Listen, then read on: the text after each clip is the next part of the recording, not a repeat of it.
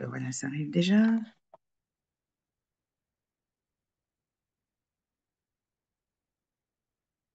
Hello, hello,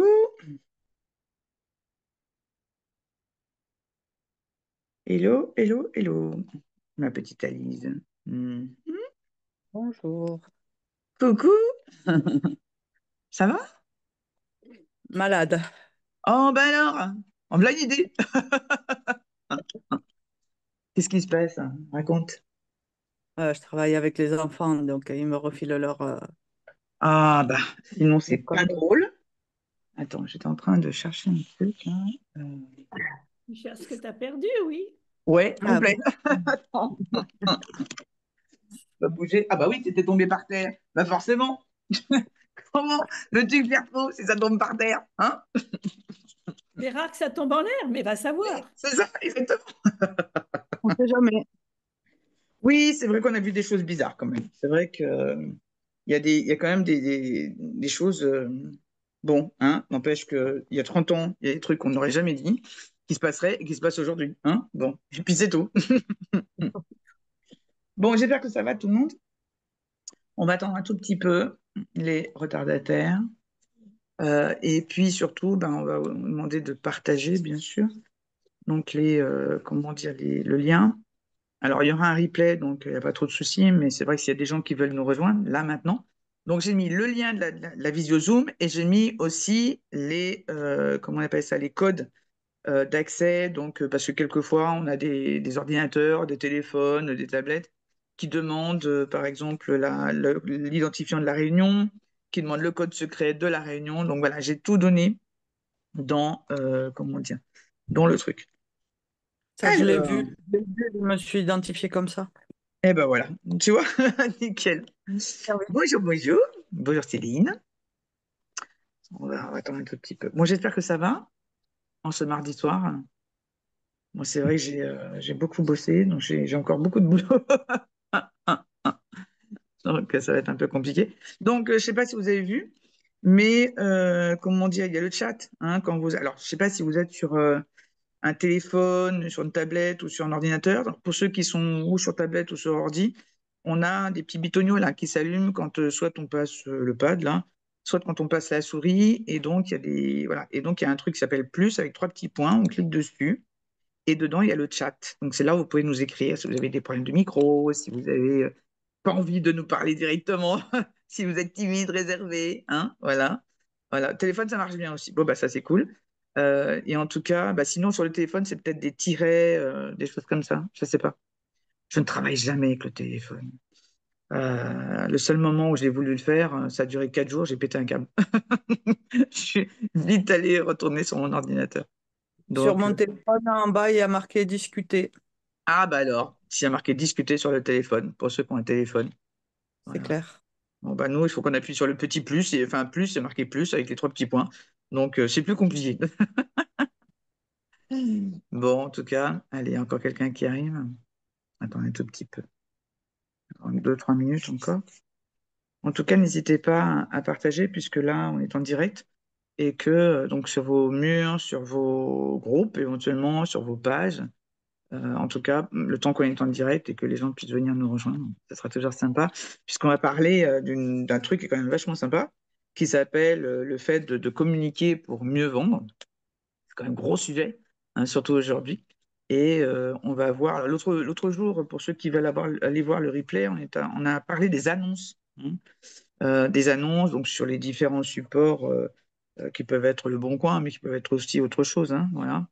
Euh, comment dire. Et donc finalement, c'était beaucoup plus sur le côté ponctuel hein, de vente.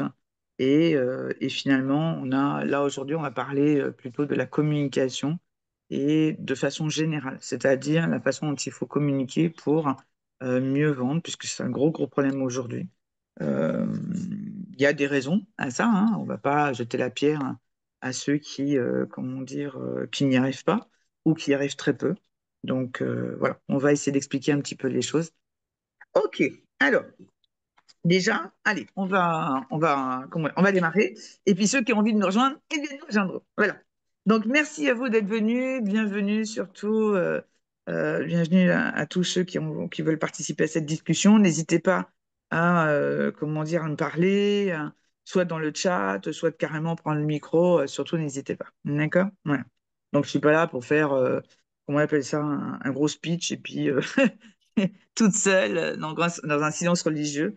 Au contraire, moi, j'aime beaucoup l'échange. J'adore quand les gens, voilà, émettent des idées, font partager leur expérience, des anecdotes pose des questions aussi, évidemment, et c'est toujours enrichissant pour tout le monde. N'est-ce pas, Alice? Ah oui, tout à fait. Ah, c'est vrai qu'on est, Mais on moi, est... je suis une toute jeune éleveuse, alors et j'ai Ouais, c'est besoin. vrai. Bah, la preuve, c'est que tu vas avoir une portée, là. Ah oui, J'ai vu ça. Donc, c'est pour quand, alors? Novembre, c'est ça? début novembre. Début novembre? On est quoi, là? Début Bon, octobre? Ah oui, ça fait dans un un mois. mois, il devrait être né. Bon, bah, c'est cool. Donc, pour ceux qui ne savent pas, Lise Brisson est éleveuse de chats abyssins. Et elle est très, très, très connue et elle est notre partenaire de jeu hein, dans tout ce qui est génétique, sélection.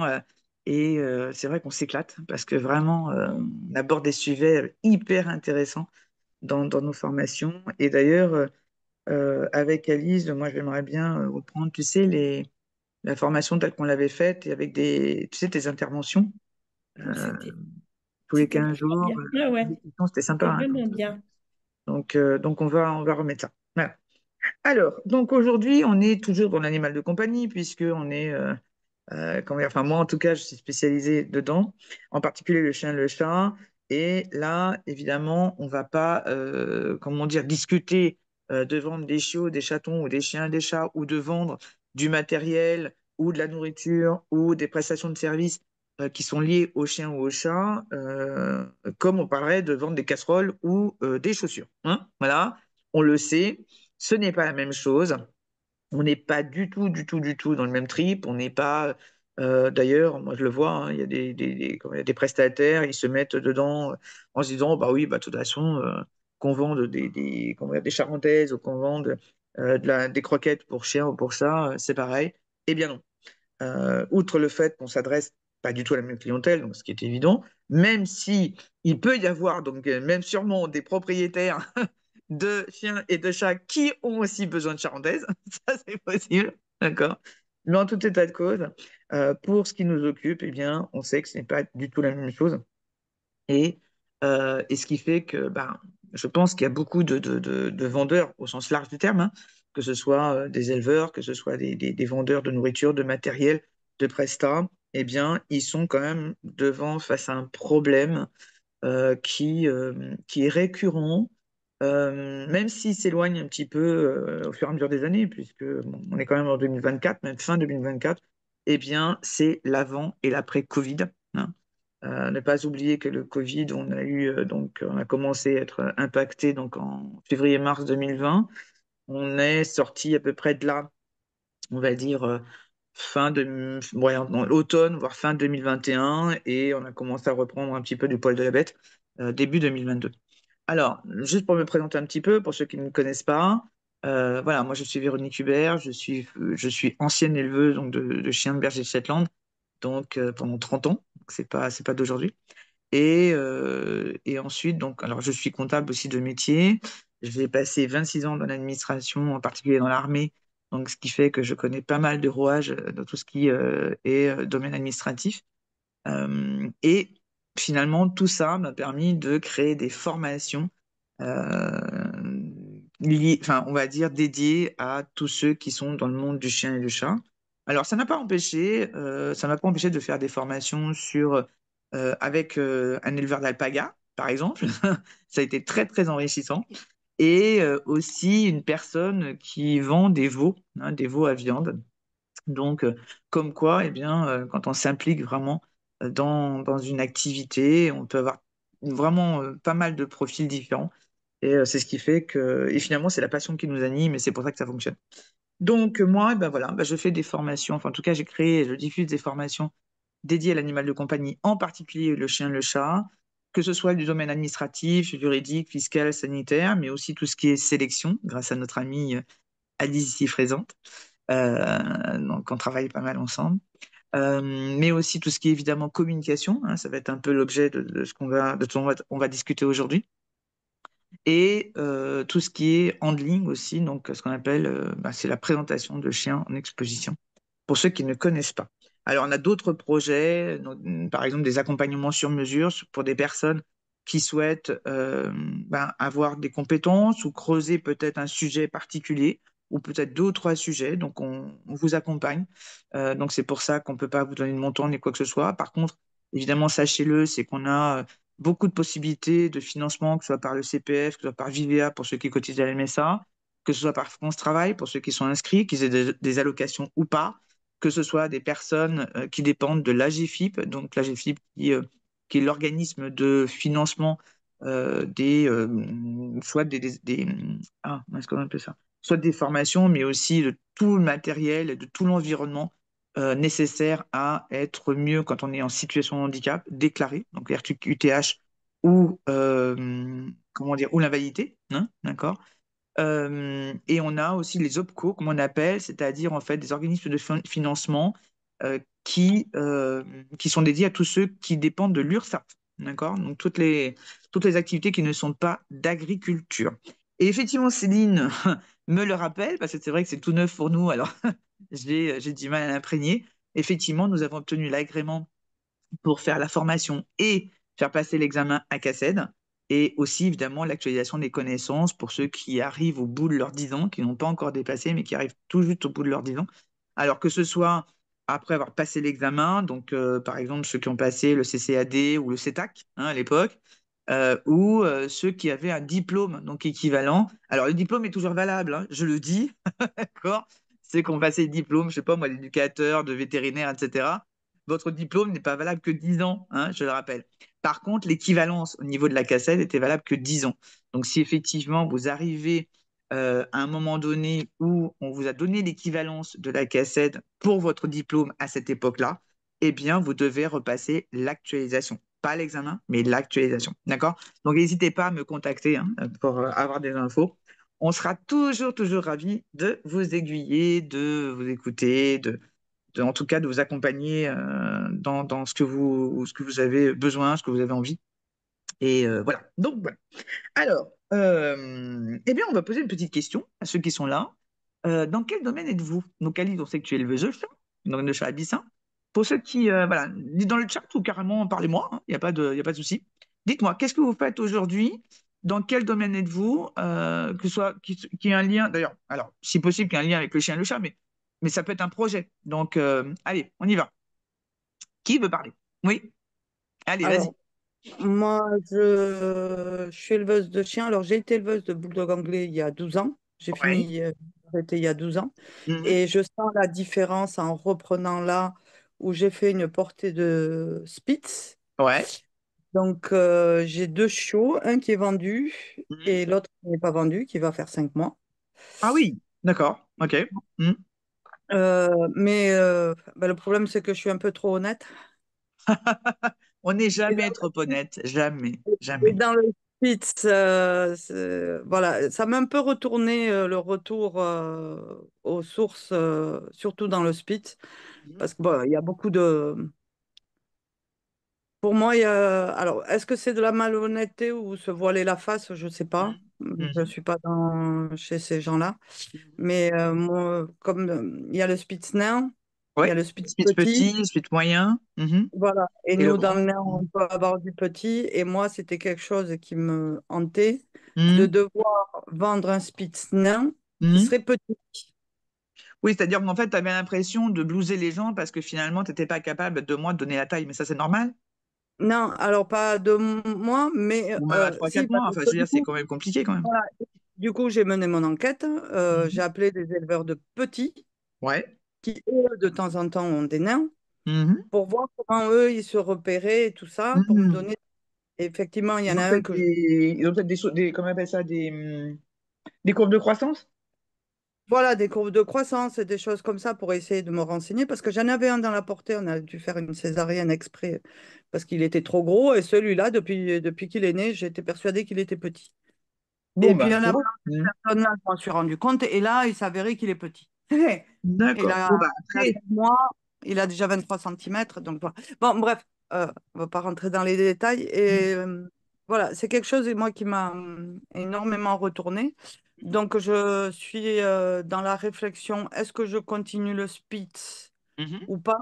mhm. Parce que c'est un chien, ils sont géniaux, quoi. Ils sont... Ah, je bah kiffe. tu vois, alors ça, c'est quand même intéressant ce que tu viens de dire parce que c'est le fond du problème. On va l'aborder, mais ce que tu viens de dire, en fait, c'est vraiment le fond du problème. Quand je dis problème, en fait, c'est pas un problème en soi, mais c'est le fond du problème dans le sens où les éleveurs, puisque là, on est sur l'élevage, mais on va dire que dans beaucoup d'activités en lien avec le chien et le chat, ils ont plus ou moins le même.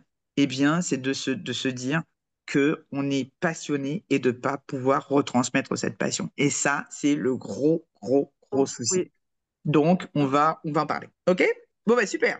Merci beaucoup. Qui c'est qui veut parler? Qui c'est qui veut? Alors, j'ai des petits messages là.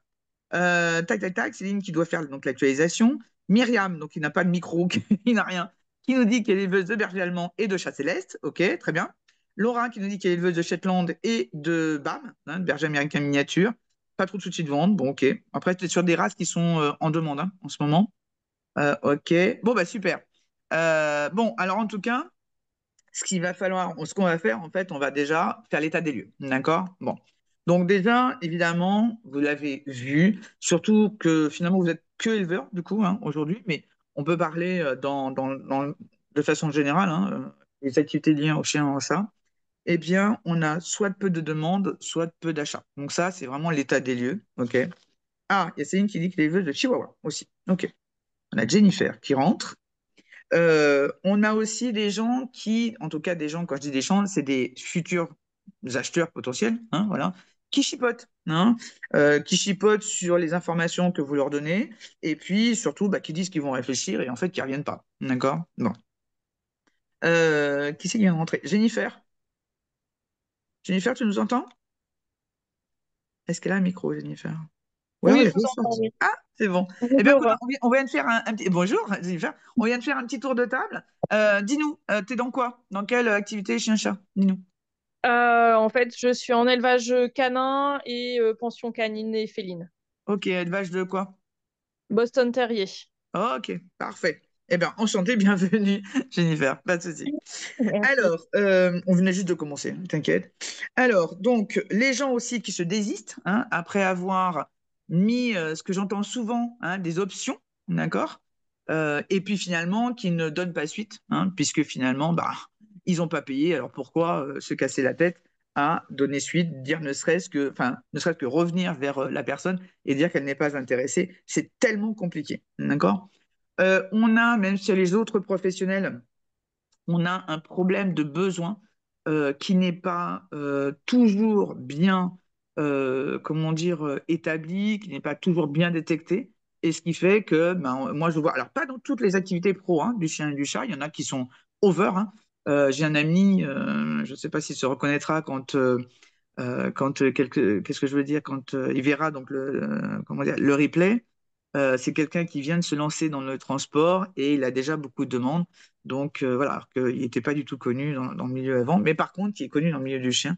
Et ça fait toujours plaisir. Mais en tout cas, dans d'autres activités, il y a un problème effectivement d'établissement de besoins, de détection des besoins, ce qui fait que les professionnels, très souvent, ils mettent de la publicité sur ce qu'ils faisaient, sur ce qu'ils font, et finalement, c'est des coups d'épée dans l'eau parce que justement, ils ne vont pas vers le client ou vers le prospect donc qui recherche. Alors pourquoi ça? Eh bien, bah, je vais vous décevoir euh, parce que je le répète assez souvent. Mais évidemment, c'est pas quelque chose, un coup de fouet, un coup de bâton, de dire voilà, c'est comme ça, c'est pas autrement. Non, c'est juste là aussi un état des lieux. Si ça se passe comme ça, c'est de votre faute. D'accord? Ça, il faut bien, bien, bien comprendre ça, hein. C'est vous le moteur de vos ventes. C'est vous le moteur de vos non-ventes. Et que si vous ne vendez pas, c'est parce que vous ne faites pas ce qu'il faut pour ça. D'accord? Et on va dire, ça se voit assez facilement, puisque si on prend, parce que là, on est plutôt dans l'élevage, alors la pension, il n'y a pas trop de soucis. Jennifer, tu as des problèmes de clientèle au niveau pension ou pas? Non, au niveau de la pension, non, au contraire. Ouais, au contraire, hein, c'est bien ce qui me semble. C'est Voilà. ça. Donc, c'est ce que je disais. Voilà. Mais Ok. même, bon, après, au niveau des ventes, bah là, c'est un petit peu plus calme, mais Mhm. ça va. Je veux dire, là, j'ai une portée, elle est vendue, quoi, en fait. Ouais. Donc ça c'est et donc ouais, en fait, tu ne fais qu'entériner ce que je viens de ce que j'allais dire, c'est que finalement, eh bien, pour des mêmes races, pour des mêmes activités, on a d'un côté des gens qui ont un mal fou à vendre et de l'autre côté, on a des personnes qui vendent exactement la même chose, qui sont pas forcément plus connues, etc. et qui ont des réservations à plus savoir quoi faire. D'accord? Donc, ça veut dire que le produit n'est pas le problème. Ok, quand je dis produit, c'est au sens large, hein.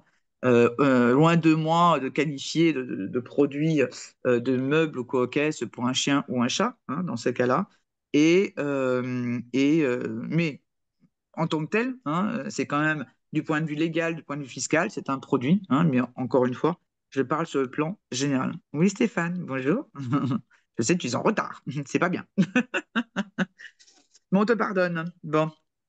Alors Stéphane, pour ceux qui ne savent pas, c'est quelqu'un qui est éleveur de chiens depuis longtemps et qui en plus est spécialisé dans le domaine informatique, dans la base de données, dans le développement, et en plus qui se consacre depuis quelque temps à la création de sites internet et en particulier dédié aux prestataires ou aux éleveurs de chiens et de chats, puisque c'est un monde qu'il connaît extrêmement bien.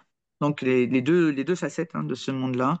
Donc voilà, si ça vous intéresse, je vous donnerai ses coordonnées. C'est quelqu'un de très très fiable qui fait du bon boulot. Moi, je l'ai utilisé alors, dans notre cadre d'une association de chiens et qui nous a construit notre base de données, donc une base généalogique en 2 temps 3 mouvements. Donc, c'est vraiment super. Voilà, donc je ne peux que le recommander. Voilà. Ensuite, donc je le disais. Donc, pourquoi on a ça? Je disais en fait que vous avez un problème, c'est que c'est de votre faute. Vous ne savez pas communiquer, vous ne savez pas comment prendre les gens pour qu'ils viennent à vous. Et évidemment, on ne va pas vous en vouloir, hein. Malgré le constat, de rien, Stéphane, malgré le constat, comment dire, malgré le constat que tout le monde fait, c'est-à-dire que on parlait au début donc de l'avant et de l'après-Covid, c'est-à-dire que tout le monde hein, constate qu'il y a un avant, il y a un après, qu'il y a un changement de comportement, donc des acheteurs, que ce soit des acheteurs de chiens et de chats, qu'ils soient petits, qu'ils soient jeunes, qu'ils soient plus vieux, que ce soit des acheteurs de prestations, des acheteurs de matériel, de nourriture, d'accessoires, enfin tout ce qu'on veut, tout le monde est d'accord pour dire qu'il y a eu un changement de comportement. D'accord? Mais, effectivement, il y a, comment dire, quelque chose qui n'est pas fait, c'est-à-dire les particuliers, puisque Laura en parle, les particuliers ont changé de comportement, et là, je ne parle pas de ceux qui produisent, mais de ceux qui achètent, d'accord? Ils ont changé de comportement. Par contre, ce qui est sûr et certain, c'est que ce soit les éleveurs, ou que ce soit les vendeurs, hein, de matos, nourriture, prestat, etc., eh bien, eux n'ont pas changé de comportement. Et c'est bien là le nœud du problème. D'accord? Donc, à partir du moment où les personnes surtout celles qui étaient là avant, mais en particulier ceux qui sont nés, hein, entre guillemets, avec le Covid, qui sont arrivés dans une période où il y avait des demandes à plus savoir qu'en faire, où les prix ont flambé, hein, où il y avait des listes d'attente qui étaient mais vraiment colossales, eh bien, ils n'ont pas compris et ne comprennent toujours pas ce qui leur arrive 2 ans plus tard. Déjà, il est bien clair qu'on est revenu à l'état d'avant Covid, déjà. Donc, ça veut dire que ceux qui ont commencé à vendre des chiens ou des chats pendant cette période-là, bah, c'est sûr que c'est dur de retourner aux sources. Mais même ceux qui étaient là avant, évidemment, il y a un vrai changement de comportement. Donc, le pourquoi du comment que ça ne fonctionne plus, c'est quelque chose que je répète relativement souvent, c'est qu'il y a 3 couches d'acheteurs. D'accord? Aujourd'hui, et il y a toujours eu d'ailleurs, les personnes qui achètent tout à bas prix, voire gratuit. Ok, que ce soit des animaux, que ce soit des prestations, que ce soit, enfin des prestations, oui, qui essaient d'avoir tout gratuitement, que ce soit du matériel, de la nourriture, ce que vous voulez. Il y a cette couche-là soit des gens donc, qui achètent à bas prix, soit qui veulent tout gratuit, soit qui veulent tout à 10 fois sans frais comme un Carrefour. Ok. Ça, cette couche-là qui ressort aujourd'hui, elle a toujours, toujours, toujours existé. Ok. Ça déjà, il faut bien le comprendre. La deuxième chose, c'est que, et donc la deuxième couche, c'est celle en fait qu'on avait souvent, qui représentait en fait 80% à peu près de notre clientèle, puisque moi j'étais éleveur évidemment, donc j'étais comme vous. Et c'est des gens qui souvent faisaient un effort, surtout pour l'achat de chiots de chatons, qui faisaient un effort, qui faisaient des économies, ou qui demandaient à payer en 2, 3 fois seulement, et qui s'arrangeaient pour le faire, soit pendant que le chiot de chaton était encore, on va dire, à la maison, hein, donc chez l'éleveur, soit ben, souvent il laissait peut-être un chèque, quoi. Voilà, en tout cas, il n'y avait pas grand-chose. Et puis, sinon, ben, il y avait ceux qui payaient cash, voilà, parce qu'ils avaient fait l'effort pour ça. Donc, il y avait pas trop de problèmes par rapport à ça. Et il y a la troisième couche, puisque la deuxième, celle dont je viens de parler, elle a pratiquement disparu. D'accord? Et c'est ce qui fait que la première couche apparaît aujourd'hui, parce que la deuxième, en fait, elle est pratiquement inexistante, dans la mesure où, effectivement, le Covid a fait des gros dégâts, et il a fait des gros dégâts sur le plan financier, sur le plan social. Donc, il y a énormément de gens, évidemment, qui se sont retrouvés au chômage, énormément de gens qui se sont retrouvés au RSA, énormément de gens qui ont perdu éventuellement leur domicile, qui ont dû changer, qui ont dû faire ci, qui ont dû faire ça, et donc qui s'occupent d'autre chose, bien sûr, que d'acheter un chien ou un chat, et ça se comprend très très bien. Comment dire, les gamins emmenés à l'école, s'habiller, manger, je pense que ça fait partie des besoins primaires dont les gens s'occupent, surtout depuis 2, 3, 4 ans, en priorité. Et il y a cette fameuse troisième couche, eh bien, de gens qui achètent et qui ne discutent pas. Voilà. Ce sont des gens qui, je ne dis pas qu'ils posent l'argent sur la table, mais ce sont des gens qui vous appellent, par exemple, qui vous contactent, qui vous disent, bah voilà, j'ai vu que vous aviez eu une portée de ci, une portée de ça, ou vous vendez tel type de matériel, d'accessoires, de nourriture, j'en ai besoin pour mon chien, pour mon chat. J'ai besoin de le mettre en pension, j'ai besoin de ci, j'ai besoin de ça. Ce sont des gens qui ne discutent pas. Pourquoi? Parce qu'ils ont un vrai besoin et surtout, ils sont extrêmement exigeants. D'accord? Donc, ils sont exigeants non pas dans le prix, non pas dans des choses assez futiles, ils sont exigeants dans la valeur de ce que vous allez leur vendre. Et je le répète, je ne sais combien de fois, la majorité des gens qui ne vendent pas, c'est parce qu'ils ne savent pas mettre en valeur ce qu'ils ont à vendre, que ce soit dans les annonces, que ce soit dans les posts, que ce soit n'importe où ailleurs. Alors, qu'est-ce qui caractérise en général ce manque de valeur? Eh bien, déjà pour ceux qui vendent des chiens et des chats, on a souvent des photos, des vidéos, mais surtout des photos non-stop et des photos qui n'ont aucun intérêt pour l'acheteur. Ça veut dire que l'acheteur aujourd'hui de chiens et de chats, il n'achète pas un chien ou un chat pour dire d'acheter un chien ou un chat, il achète un projet de vie. D'accord? Il achète un projet de vie. Et ce qui fait que vous avez beau mettre 3 milliards de photos par jour, ok, les gens, s'il n'y a pas ce qu'il faut dedans, dans ces photos, qu'elles soient jolies ou pas, hein, d'ailleurs, d'ailleurs, en plus, le concept de joli est apprécié, hein, tout dépend de comment on perçoit les choses. Mais en tout état de cause, vous pouvez mettre 3 milliards de photos. Si les personnes qui tombent sur vos photos ne trouvent pas ce qu'elles cherchent dedans, elles y restent 1 minute et demie et ensuite elles s'en vont. D'accord? Voilà. Donc ça, c'est ce que j'appelle des photos ou des vidéos qui ne reflètent absolument aucune émotion. Ce sont des photos, d'ailleurs très souvent des photos d'éleveurs, des photos où l'animal est très propre sur lui, il est assis, il est bien en face de la caméra, il voit bien l'objectif, on voit tout, enfin vraiment, il a même son petit nounours à côté, son petit nœud autour du cou, enfin tout ce qu'on veut. Alors, pour peu que ce soit Noël, il a carrément les oreilles de lapin au-dessus de la tête. Donc ça, je vous le dis, c'est terminé. D'accord? Et ça fait 2 ans que c'est terminé. OK? Donc, à un moment donné, il va falloir que vous mettiez donc dans vos posts, et surtout, parce qu'on a déjà fait le live sur les annonces, mais c'est pratiquement le même problème. Il va falloir que quand vous mettez des photos, des vidéos, eh bien, que vous mettiez de l'émotion là-dedans, que vous mettiez quelque chose qui fasse réagir la personne qui va les voir. D'accord? Attendez, je vais regarder un petit peu les personnes qui se manifestent. Alors, tac, tac, tac. Donc, Céline, qui élève du dog. Donc, tu sauras que c'est toi dont je parle. Donc, Céline Télinette. À savoir si dans les autres races, les acheteurs se mettaient aussi à la reproduction presque systématiquement. Oui, oui, probablement. Dans le dog, ça pullule, nouveaux élevages, bah oui. Après, il y a des périodes comme ça, hein, ne serait-ce que les races à la mode, les races ou les types, hein, à la mode, c'est la surproduction, c'est vraiment la première caractéristique comment dire, de ce qu'on voit, hein, bien sûr, évidemment. Pas de recherche de pédigré, etc., ou santé, et s'en suit malheureusement donc des abandons, des invendus, etc. Ça, évidemment, mais ça a toujours été Céline. Ok.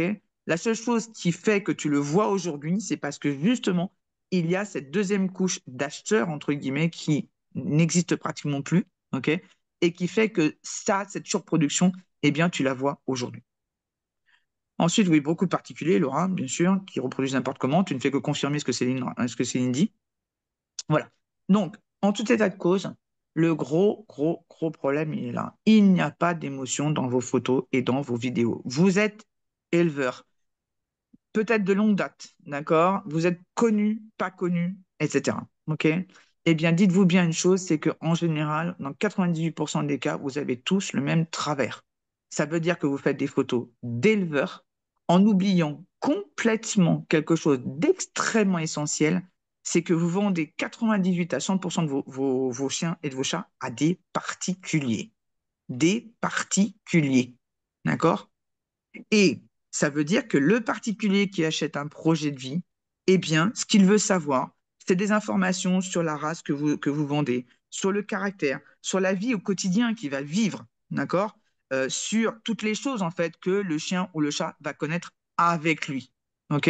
Donc, ça veut dire que si vous mettez constamment des photos ou des vidéos où on voit bien le chiot ou le chaton qui est bien assis devant l'objectif terrain, mais ça ne l'intéresse absolument pas. Ça, c'est quelque chose qu'il va falloir vraiment entériner et très, très, très vite. OK?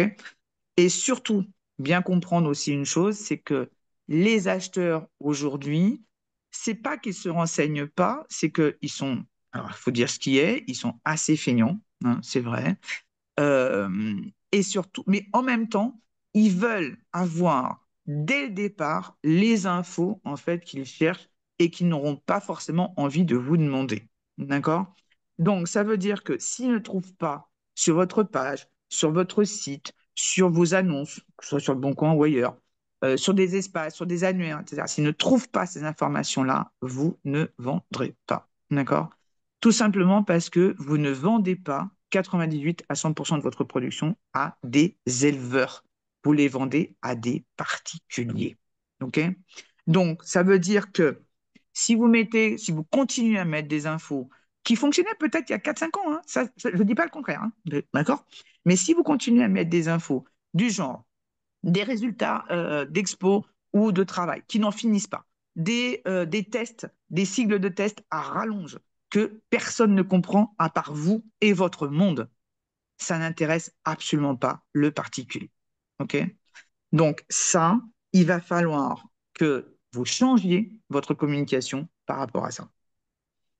Ensuite, la chose qui pêche aussi, et on peut pas en vouloir hein, aux gens, tout simplement parce que justement, bah, il y a eu tellement de mise en avant sur le produit hein, au sens large que le vendeur au sens large lui aussi n'arrive pas à comprendre que ce qui intéresse l'acheteur, c'est le vendeur, c'est son éthique, c'est ses convictions, c'est sa passion, c'est la façon dont il va lui transmettre, on va dire, comment on pourrait dire ça? C'est la façon dont il va arriver à le persuader que le particulier ou l'acheteur, peu importe, va venir chez lui et pas chez le voisin. D'accord? Donc ça, c'est un problème de communication et non pas un problème de produit. Vous pouvez avoir le meilleur produit de la Terre, le donner avec de l'argent, d'accord? Si la personne en face n'est pas persuadée qu'elle en a besoin et donc qu'elle doit l'acheter chez vous, elle ne le prendra pas. OK? Ça veut dire aussi, et ça on le voit, j'en parlerai après. Donc, au niveau de la communication, ça veut dire qu'au lieu de vous axer sur le produit, il faut absolument vous axer sur le bénéfice que la personne en face va retirer de l'achat qu'il va faire chez vous. N'oubliez pas que, hormis, on parlait tout à l'heure avec Jennifer de la pension, ça peut être de l'éducation, du transport, de la vente de croquettes, de la vente de nourriture, de la vente de matériel, d'accessoires, etc. N'oubliez pas que même dans ces domaines-là, où on est un petit peu sur le besoin, puisqu'on est quand même sur des besoins de l'animal de compagnie dans son quotidien ou dans les mois, dans les semaines à venir, pourquoi pas dans les années, hein, voilà. Il n'empêche que on est quand même sur, en extrême majorité, un achat plaisir. OK? Ça veut dire quoi? Ça veut dire que la personne qui vient vous voir, elle n'achète pas quelque chose, et encore moins un animal par besoin, hein, surtout le chat, hein, par exemple, elle l'achète pour son plaisir. Alors, il y en a quelques-uns quand même qui servent à chasser les souris, hein, qui font un peu leur travail, mais en très, très, très, très grosse majorité, et même chez le chien, je considère que le sport reste un plaisir. Eh bien, il y a une infime, mais une infime partie de production qui part dans le chien d'utilité, c'est-à-dire de vraie utilité, c'est-à-dire le chien qui va servir pour garder un entrepôt, le chien qui va servir pour faire du mulching, pour l'attelage, le chien qui va servir à la chasse, vraiment, le chien qui va servir, je ne sais plus moi, pour, je ne sais pas, enfin, tout ce qu'on veut, d'accord? Voilà. Il y en a une infime partie. 99% des chiens qui sont vendus pour le plaisir de l'adoptant. D'accord? Même s'ils peuvent avoir une fonction autre, hein, derrière, genre garder la maison, pourquoi pas apporter un réconfort à quelqu'un, ou que ce soit un enfant, que ce soit un adulte, que ce soit même un animal, peut-être qui a perdu quelqu'un, qui a perdu un autre animal, voilà. Et pour combler, pourquoi pas, une absence, il n'y a aucun souci de ce côté-là. Mais ce qui est sûr et certain, c'est que 99% des achats, que ce soit des animaux ou que ce soit tout ce dont ces animaux ont besoin, fonctionne sur le plaisir. Ça veut dire qu'à partir du moment où vous faites plaisir donc au maître, eh bien, vous pourrez lui vendre tout ce que vous voudrez pour son animal. D'accord? Mais encore faut-il vous exprimer pour ça. Moi, je vois des gens qui me disent: ah, mais oui, mais oh là, un peu ce que Céline disait tout à l'heure. Ah là là, moi je suis passionné, je fais ça, machin, etc. Et en fait, ça marche pas. Mais pourquoi? Mais parce qu'en fait, très souvent, vous le faites quand vous avez la personne au téléphone. Or, une fois que vous avez la personne au téléphone, oui, vous allez faire votre job, il n'y a pas de souci. Mais le but du jeu, c'est quand même d'avoir des personnes qui vont venir à vous. C'est là qu'il faut faire le travail. OK? Donc, c'est pas une fois que vous les avez au téléphone. Une fois que vous les avez au téléphone, vous connaissez votre métier, vous avez votre passion, vous allez tout lui dire. Et d'ailleurs, moi, j'en ai beaucoup qui me disent, en général, quand j'ai les gens au téléphone, le boulot est pratiquement fait. C'est vrai, c'est vrai, c'est vrai. Mais le problème, c'est qu'ils viennent jusqu'à vous, quoi. C'est ça le souci. D'accord? Donc, qu'est-ce qu'il faut faire? Eh bien, il faut commencer par mettre des photos ou des vidéos, ce que j'appelle de vie.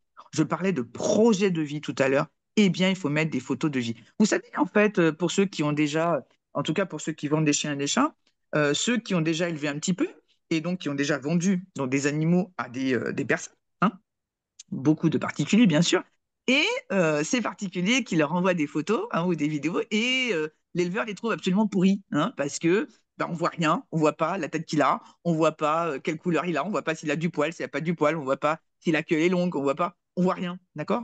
Vous savez quoi? Ces photos-là et ces vidéos-là, c'est les meilleures.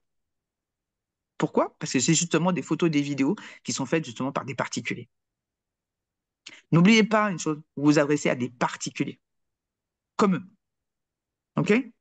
Donc, si vous mettez des photos, alors vous pouvez en mettre quelques-unes, hein, des photos vraiment qui peuvent attirer des éleveurs, etc.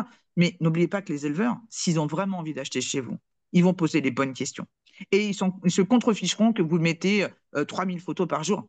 Ils vont vous appeler, ils vont vous poser les bonnes questions. D'accord? Voilà. Alors que le particulier, lui, il a besoin de savoir bien autre chose. Donc déjà, commencez par mettre des photos et des vidéos de vie. Ensuite, qui dit des photos et des vidéos de vie, eh bien, c'est le fait d'impliquer les acheteurs. Comme je le disais tout à l'heure, la personne, elle a besoin de savoir, une fois qu'elle a acheté son chiot ou son chaton chez vous, elle a besoin, elle a absolument besoin de savoir qu'est-ce qu'elle va faire avec, qu'est-ce qui va se passer dans sa vie une fois qu'elle aura acheté chez vous, quoi. Voilà. Elle se contrefiche de savoir qu'il a 3 poils en plus. Elle se contrefiche de savoir s'il a une tache au mauvais endroit. Elle se contrefiche de savoir si, comme on dit, il va faire 50 centimètres au lieu de 49. S'en fout de ça. OK? Alors, tu me dis, ces photos-là sur TikTok ou Insta ne sont pas visibles. Alors, pourquoi elles ne sont pas visibles? En plus, TikTok, c'est que des vidéos. Et Insta, ça peut être des photos, et des photos, mais beaucoup des photos. Mais je ne sais pas si on peut mettre des vidéos sur Insta. J'en sais rien, je ne me souviens plus. Mais en tout état de cause, ce qui est sûr, c'est que si vous mettez des photos qui sont des photos de vie, c'est ensuite. Alors, TikTok, c'est que des vidéos. Déjà, faites des vidéos courtes. Hein. C'était pas des vidéos, comment dire, de 2, 3, 4 minutes. Ça sert à rien. Les gens, ils regardent pas. Par contre, des vidéos de 30, 45 secondes, c'est bien. Voilà. En général, ça marche très, très bien. C'est extrêmement viral. OK? Ah, très bien. OK. Donc, on peut mettre des vidéos sur Insta aussi. Donc, voilà. Une bonne nouvelle. Donc, en tout cas, mettez des photos et des vidéos de vie. OK? Bon. Ensuite, n'oubliez pas de révéler votre vie d'éleveur ou de professionnel. Voilà, regardez Alice qui a un chat. Montre-nous, montre-nous Alice. Tiens, voilà un gros toucan. Voilà. Donc un Alice, hein. Oula, oui, elle est bien pleine la mémère. Hein. Ok. Et effectivement, en fait, vous voyez, imaginez que Alice soit en train de se filmer, en train de caresser son chat comme ça, en train de lui faire des papouilles, en train de, alors peut-être qu'elle sera en train de parler en même temps, je ne sais pas, en train d'expliquer un truc. Eh bien, la personne qui sera en face, elle se dira, mon Dieu, voilà quelqu'un qui adore ses chats. Voilà quelqu'un qui en prend soin. Voilà quelqu'un, voilà, elle n'a même pas besoin de dire quoi que ce soit. Et des belles D'accord? moustaches. Voilà, et en plus, elle s'amuse. D'accord? Donc, il faut impliquer votre vie d'éleveur dans votre communication. Alors, évidemment, il ne s'agit pas de révéler des secrets d'alcôve. Personne n'a besoin de savoir que vous avez eu un amant il y a 3 jours de ça. Personne n'a besoin de savoir que votre gamin, il a loupé, il a redoublé sa classe de troisième. Personne n'a besoin de savoir que vous avez mis des chaussures roses à la place des chaussures bleues. On s'en fout de ça. D'accord? Ce que les gens veulent savoir, c'est qu'est-ce qui vous arrive dans votre vie d'éleveur ou dans votre vie de prestataire de service, de pensionneur, dans votre vie de peut-être de vendeur de nourriture. Des anecdotes, des choses qui vous arrivent, qui peuvent être drôles, moins drôles, qui peuvent être graves, qui peuvent être intéressantes. Donc, quand je dis intéressantes, ça veut dire qu'ils peuvent éduquer les gens, c'est-à-dire leur donner des informations de compétences, pourquoi pas. Et comment tu l'as fait, la photo, en étant seul? Eh bien, il y a un truc qui s'appelle un trépied, d'accord? Et sur lequel tu peux fixer ton téléphone. Voilà. Toi, en plus, qui est dedans, quand même, t'exagères. Bon, alors après, peut-être que... Alors, le selfie aussi, oui, ça peut être ça. Mais en tout cas, on peut très bien poser les téléphones, on vit beaucoup avec le téléphone sur le plan photo et vidéo. Mais en tout cas, vous avez des trépieds hein, qui existent, qui sont pas si chers que ça, que vous pouvez trouver sur Amazon ou sur n'importe où. Mais non, pas de loin avec le bouton. En fait, l'avantage, c'est que quand on met son téléphone en route, eh bien, on le pose quelque part. Voilà, tu as les trépieds, parfait. Donc, on le pose quelque part et effectivement, bah, on le met en route. On a aussi bah, justement les trépieds comment dire, qui bougent hein, avec vous. Donc, ça veut dire que si vous déplacez un mètre à gauche ou à droite, eh bien, le trépied se déplace aussi. Donc, ça, c'est super. Et surtout, eh bien, après, une fois que vous avez filmé ce que vous vouliez filmer, eh bien, vous faites vos montages. Voilà. Au Nikon, pas au téléphone. OK. Bon, ben, après, pour ceux qui sont un petit peu plus perfectionnistes au niveau photo, effectivement, qui ont du matériel qui est, ou en tout cas qui s'y connaissent, hein, voilà, c'est surtout ça, vous pouvez très bien utiliser un appareil photo aussi, hein, bien sûr. Mais en tout cas, le trépied est très, très, très intéressant puisque justement, il vous permet de rester à côté de vos animaux, de libérer des mains, hein, voilà. Non, ben non, il n'y a pas besoin de devenir cinéaste du tout, non, non, mais investir un petit peu, oui, oui, c'est possible. Voilà. OK. En tout cas, pour reprendre ce que je disais tout à l'heure, de révéler votre vie d'éleveur ou votre vie de professionnel, eh bien, c'est de parler de vous non pas dans des choses caustiques ou cocasses, mais de vous, de ce qui vous arrive dans le côté en fait, de faire passer l'émotionnel. Bien sûr, quand vous avez perdu quelqu'un, personne ne vous dira bah, pourquoi tu l'as pas mis sur Facebook. Il est évident qu'on a des grosses, grosses charges émotionnelles comme ça. On ne va pas vous obliger à le dire. Mais par contre, il y a plein de petites choses qui vous font réagir, vous, hein, et bien que vous pouvez faire passer dans vos posts et que moi, je ne vois pas. D'accord? Bon. Ensuite, faites des partenariats de visibilité. J'appelle des partenariats de visibilité, c'est-à-dire que par exemple, vous êtes toiletteur, ok, ou pensionneur, eh bien, regardez les activités autres que les vôtres et avec qui vous pourriez faire un partenariat, avec qui vous pourriez travailler, c'est-à-dire en fait, par exemple, échanger, ne serait-ce que, alors pour ceux qui ont connu dans le temps, hein, dans les années 90, il n'y avait pas Facebook, il n'y avait pas tout ça, et en fait, on faisait des échanges de liens, hein, Alice. Oui, T'es pas oui, partie oui, de ma oui. génération, hein? Donc, on faisait des échanges de liens sur les premiers sites internet qu'on avait à l'époque, et ce qui fait que, ben, quand la personne allait sur comment dire, le, comment on appelle ça? Le, la page, hein, donc pas la page, mais hein, tu sais, oui, si, la page, donc qui était dédiée aux liens, eh bien, la personne qui les voyait, elle disait, ah, tiens, elle a mis un tel, un tel, un tel en ami, enfin, on veut dire en lien, c'est qu'elle doit les connaître. Voilà. Et ça, c'était une espèce de recommandation tacite, hein, si je puis dire, parce qu'on Oui, ne oui, mettait oui. pas n'importe qui, hein, tu te souviens? On ne mettait pas n'importe qui dans nos liens. Voilà. Donc, on a commencé comme ça, nous. Eh bien, je trouve que ça pourrait revenir aujourd'hui parce qu'il manque cette communication et ce travail, en fait, entre les professionnels de différentes activités et qui permettent aujourd'hui, eh bien, pourquoi pas, de faire, par exemple, je sais pas, de mettre comment on appelle ça, le logo, eh bien, du toiletteur d'à côté sur votre site de pensionneur ou d'éleveur, peu importe, et inversement, etc. Donc, Dog Exotic Sport, en plus, je connais très très bien Jennifer. Merci de le souligner. Donc, d'ailleurs, je suis partenaire avec eux, effectivement. Donc, mais en tout cas, faites le topo des partenaires avec lesquels vous pourriez travailler. Ça peut être des gens que vous connaissez déjà depuis un petit moment et finalement, vous les recommandez quelquefois gratuitement, comme ça. Vous avez quelqu'un qui vous appelle, qui vous dit, ah bah tiens, tu connais pas un toiletteur, ça. Et puis ça vous vient à l'esprit tout de suite. Voilà. Eh bien ça peut se concrétiser, Laurent. Tu lui feras coucou pour moi, hein, Jennifer. Et en fait, de pouvoir travailler ensemble, voilà, de faire des vrais contrats de partenariat. Ça, c'est ce qui marche extrêmement bien. Ah oui, au fait, oui, Céline en parle, des échanges de sang, hein, au niveau de l'élevage avec d'autres éleveurs, donc que ce soit dans le pays ou que ce soit dans d'autres pays, effectivement, tout à fait. Donc de travailler à l'international aussi, ça peut bien, bien fonctionner. OK? Ensuite, ne pas baisser les prix. Alors ça, c'est quelque chose que je vois, je ne sais pas combien de fois, des éleveurs, mais même des prestataires, des vendeurs qui baissent les prix. Arrêtez de baisser les prix. Ça ne sert strictement à rien. Déjà parce que vous avez beau baisser les prix, en plus, il ne faut pas prendre les gens pour des imbéciles. La personne, elle voit votre, je sais pas moi, votre sac de nourriture à 60 euros, et puis, je sais pas moi, un mois plus tard, elle le voit à 35. Qu'est-ce qu'elle va faire? Elle va attendre que vous baissiez encore un coup, hein. D'accord? Voilà. Et au niveau des chevaux et des chatons, c'est exactement pareil. Et puis à un moment donné, si on va par là, qu'est-ce qu'on fait? On les donne avec du fric avec? Stop. D'accord? Stop. Et surtout, n'oubliez pas que plus vous baissez vos prix, moins vous donnez de la valeur à ce que vous vendez. OK? Tout simplement parce qu'on le dit souvent, hein, tout ce qui est, comment dire, tout ce qui est gratuit ou pas cher n'a pas de valeur. OK? D'ailleurs, que ce soit dans ce milieu-là de chiens et de chats ou même dans d'autres, hein, vous le constatez vous-même, les gens vous disent, ah mais oui, mais de toute façon, c'est pas cher, c'est gratuit, il doit y avoir un problème. OK?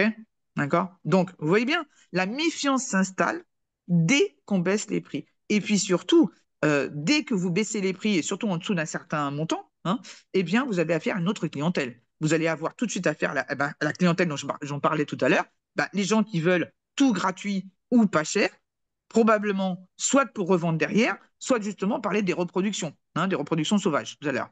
Mais ça peut être aussi des gens qui, comment dire, vont les mettre dans des circuits, je ne sais pas moi, d'accord? Donc attention à ça, hein. Oui, tout à fait. La peur d'avoir des chevaux, des chatons sur les bras, bien sûr, c'est ce qui fait baisser les prix. Oui, bien sûr. Mais c'est à ne pas faire. Surtout à ne pas faire. Changez votre communication et vous n'aurez pas à baisser vos prix. Ça, c'est sûr, sûr, sûr et certain. D'accord? Et surtout, baisser les prix n'élimine pas la concurrence parce qu'à la limite, à ce jeu-là, vous avez quelqu'un qui va les mettre à 800 euros, par exemple, enfin, peu importe quoi, hein, d'accord? Il va mettre quelque chose à 800 euros. Donc, vous allez faire quoi? Vous allez mettre à 750 en disant, comme ça, voilà, je les aurai moins cher. Vous voyez que ça ne marche pas. Une semaine, 15 jours après, la personne, elle a vu ce que vous avez fait, eh ben, elle fait pareil. Et on va où comme ça? On va où? D'accord? Donc, à ne surtout pas faire. Il y a d'autres moyens pour vous montrer. Donc, surtout d'apporter de la valeur. Et comme je disais tout à l'heure, ça ne diminue absolument pas la concurrence, puisque la concurrence, elle fait comme vous. OK? Donc ensuite, utilisez tous les supports que vous avez à votre disposition. Moi, je vois énormément, que ce soit des éleveurs, que ce soit des prestataires, que ce soit des vendeurs, de tout poil, c'est le cas de le dire, eh bien, n'utilisez par exemple que les réseaux sociaux. Est-ce que vous savez qu'il y a une partie infime des gens qui sont intéressés par vos produits qui sont sur les réseaux sociaux, contrairement à ce que vous croyez? Donc, prenez l'habitude ou reprenez l'habitude, si vous l'avez perdu, de communiquer et donc de vendre vos produits sur tous les supports qui sont mis à votre disposition. Donc, ça peut être les réseaux sociaux et donc, ça peut être, donc, il va y avoir Facebook, TikTok, Insta, on en a parlé tout à l'heure. Ça va être aussi Pinterest, ça va être YouTube, hein, des chaînes YouTube. Ça va être, qu'est-ce qu'il y a d'autre? J'en sais rien, moi. Il y a certainement d'autres choses. Mais en tout cas, vous avez les réseaux sociaux hein, dans leur globalité. Vous avez aussi le site Internet. Hein. Il y en a beaucoup qui ont abandonné le site Internet au profit des réseaux sociaux. Ils n'ont pas du tout le même rôle. Du tout, du tout, du tout. Ensuite, il y a tout ce qui est physique. Donc, tout ce qui est, par exemple, les salons. Alors, attention, hein, je ne parle pas des salons de vente de chevaux ou de chatons, etc. Je parle de salons, justement, où il y a des vendeurs, dont des prestataires. Vous avez des salons animaliers qui sont dédiés, par exemple, vous avez des toiletteurs. Donc, tous les professionnels sont là, d'accord? Allez dans ces salons-là. Montrez-vous. À la limite, si vous avez peur au départ, parce que ça peut être cher éventuellement hein, au niveau de vos moyens, allez-y en visite. Récupérez des cartes de visite et recontacter les professionnels derrière. OK? Quelle que soit la raison pour laquelle vous pouvez le faire. Si après, il y a tout ce qui est petite fête de village, par exemple. Vous pouvez très bien faire un petit stand qui vous coûtera 3 francs 6 sous à cette occasion-là et de vous faire connaître sur le plan local. OK? Vous pouvez très bien avoir une fête artisanale qui est dédiée à l'animal, je ne sais pas moi, voilà, ou dédiée aux produits agricoles. Ça peut être ça aussi. OK? Donc, sortez. Organisez aussi des journées portes ouvertes. Hein. Il n'y a rien de tel pour se faire connaître et surtout d'être seul, OK, concurrent dans des journées portes ouvertes. Vous organisez vous seul quelque chose, vous faites votre pub et en plus avec, comment dire, pas la complicité, l'aide hein, du maire de votre village, de votre ville, etc., qui se fera un plaisir de communiquer sur votre événement, hein, puisque ça va lui attirer du monde et donc forcément, ça va faire marcher le commerce de sa ville ou de son village. OK? Donc, parlez-lui. Bon. Il y a aussi tout ce qui est boutique, hein, les boutiques en ligne ou physiques, ça marche extraordinairement bien. Alors évidemment, quand on parle de boutique en ligne ou de boutique physique, là aussi, on ne parle pas des animaux eux-mêmes. Hein, on est d'accord là-dessus. On parle surtout de tout ce qu'il y a autour. Hein. Bon. Mais en tout état de cause, il y a énormément de choses que vous pouvez utiliser et qui vous aideront à communiquer. C'est pareil pour les sites d'annonces, il y en a beaucoup qui n'utilisent que le Bon Coin. Il y a énormément de sites d'annonces gratuits pour vendre vos animaux, pour vendre votre matériel, la nourriture, etc. Donc, allez sur Google, utilisez votre ami Google, tapez un truc du style annonce gratuite animaux ou annonce gratuite accessoires ou annonce je ne sais pas quoi et regardez tous les sites d'annonces et mettez des annonces partout. OK? Bon. Si vous avez plutôt envie de vendre sur le long terme, c'est-à-dire que ça peut être du matos, des choses comme ça, utilisez les annuaires. Hein, vous savez, vous avez un gros annuaire qui s'appelle Wamiz, hein, qui est très très connu, W-A-M-I-Z.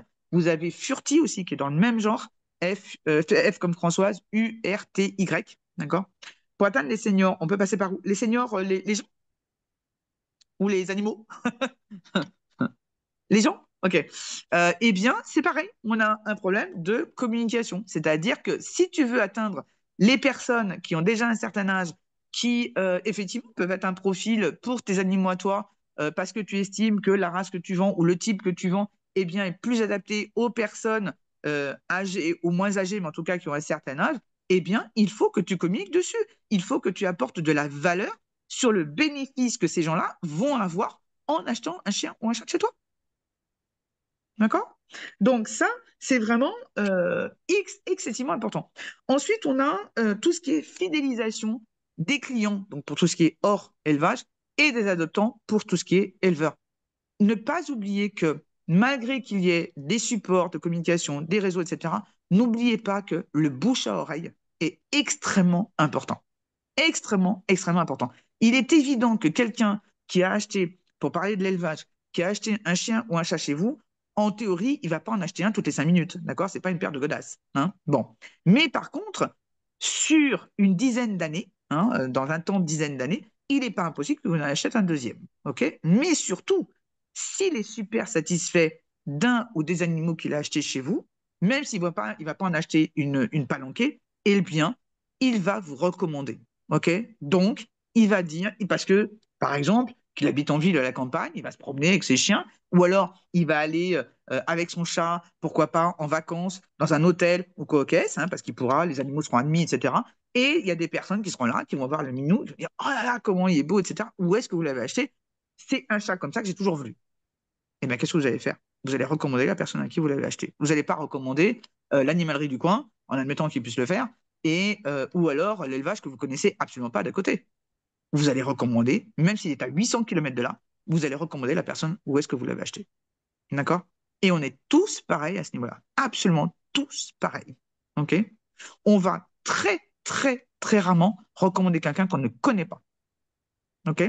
Si on doit recommander quelqu'un, ce sera des gens qu'on connaît. Alors, soit des gens à qui on a peut-être acheté quelque chose déjà, quelque chose en animal, peu importe, ou on a bénéficié d'une prestation ou quoi qu'est-ce, mais ça peut être aussi des gens qu'on connaît qui, eux, ont acheté le produit en question et qui nous en ont parlé, qu'on connaît bien. Ce sont des gens qu'on connaît très bien. Donc, on sait que quand ils nous disent du bien de quelqu'un, d'un vendeur ou quoi qu'est-ce, on sait que c'est vrai. Voilà, que ce n'est pas juste comme ça pour arrondir les ongles, etc. C'est vraiment parce qu'ils en pensent du bien. Eh bien, dans ce cas, eh bien, on va recommander la personne que notre ami recommande parce que justement, on est convaincu, grâce à cette personne-là, que le vendeur est quelqu'un de bien. OK? Donc, ne négligez absolument pas les bouche à oreille, les recommandations qui peuvent être toujours, toujours bénéfiques, même si vous aurez toujours quelques mécontents, d'accord? Mais dans la grosse majorité de gens que vous avez qui sont contents, eh bien, vous aurez des gens qui vous recommanderont. Et quand vous avez des gens qui vous appellent, moi j'ai ça souvent, des gens qui m'appellent et qui me disent, ah tiens, on m'a parlé de vous. OK, d'accord? Et quand je leur demande qui, ah, je ne sais plus. OK? Voilà. Bon. Ou alors ça, c'est encore très fort, des gens qui me disent, ah oui, on m'a parlé de vous, OK? Et quand je leur demande le nom, ils me donnent le nom et c'est pas quelqu'un qui a fait une formation chez moi. Et ça, c'est encore trop bien. Parce que finalement, la personne, bien que n'ayant pas fait de formation chez moi, eh bien, elle a été suffisamment convaincue pour me recommander. C'est top, ça. Voilà. Et ça arrive beaucoup plus souvent qu'on ne le croit. Pas par rapport à moi, mais même par rapport à vous, par rapport à d'autres personnes. OK? Ensuite, évidemment, il y a le fait de... on parlait de l'émotion tout à l'heure. On parlait de partager cette émotion. Eh bien, partagez-la dans ce que vous écrivez. OK? Vous avez des émoticônes qui sont à votre disposition. OK? Donc ça vous permet de vous exprimer un petit peu. Donc ça, OK? Mais ça ne suffit pas. Il y a des mots à exprimer et qui sont de toute façon ceux que vous employez. Si un jour vous avez l'occasion de vous enregistrer, je vous promets, faites-le. Enregistrez-vous quand vous avez une discussion animée avec quelqu'un, que ce soit avec un particulier, voilà, vous avez une super discussion, vous sentez qu'il est très à l'écoute de ce que vous lui racontez. Et très souvent, d'ailleurs, il va vous dire, ah là, on voit bien que vous êtes passionné par votre métier. Ne me dis pas que ça vous est jamais arrivé, d'accord? Bon. Ou alors, vous discutez avec un éleveur ou avec un professionnel comme vous, enfin, peu importe, d'accord? Enregistrez-vous. Et une fois que c'est fait, vous rentrez chez vous et vous écoutez tranquillement ce que vous avez dit, donc la conversation, et vous allez vous apercevoir que vous avez un ton, des mots qui font mais tellement ressortir votre passion, mais c'est tellement naturel chez vous en fait que vous ne vous en apercevez pas. Eh bien, faites ressortir cette passion, faites ressortir ce langage dans vos posts, dans vos annonces. Faites ressortir tout ça. Et vous verrez qu'en fait, les gens, à travers les mots, des mots choisis, à travers des expressions, à travers des phrases, eh bien, tout de suite, en fait, ils se connecteront à vous. D'accord? Voilà. Alors attention aussi, je l'ai dit dans les annonces, mais c'est vrai aussi dans les posts, ok?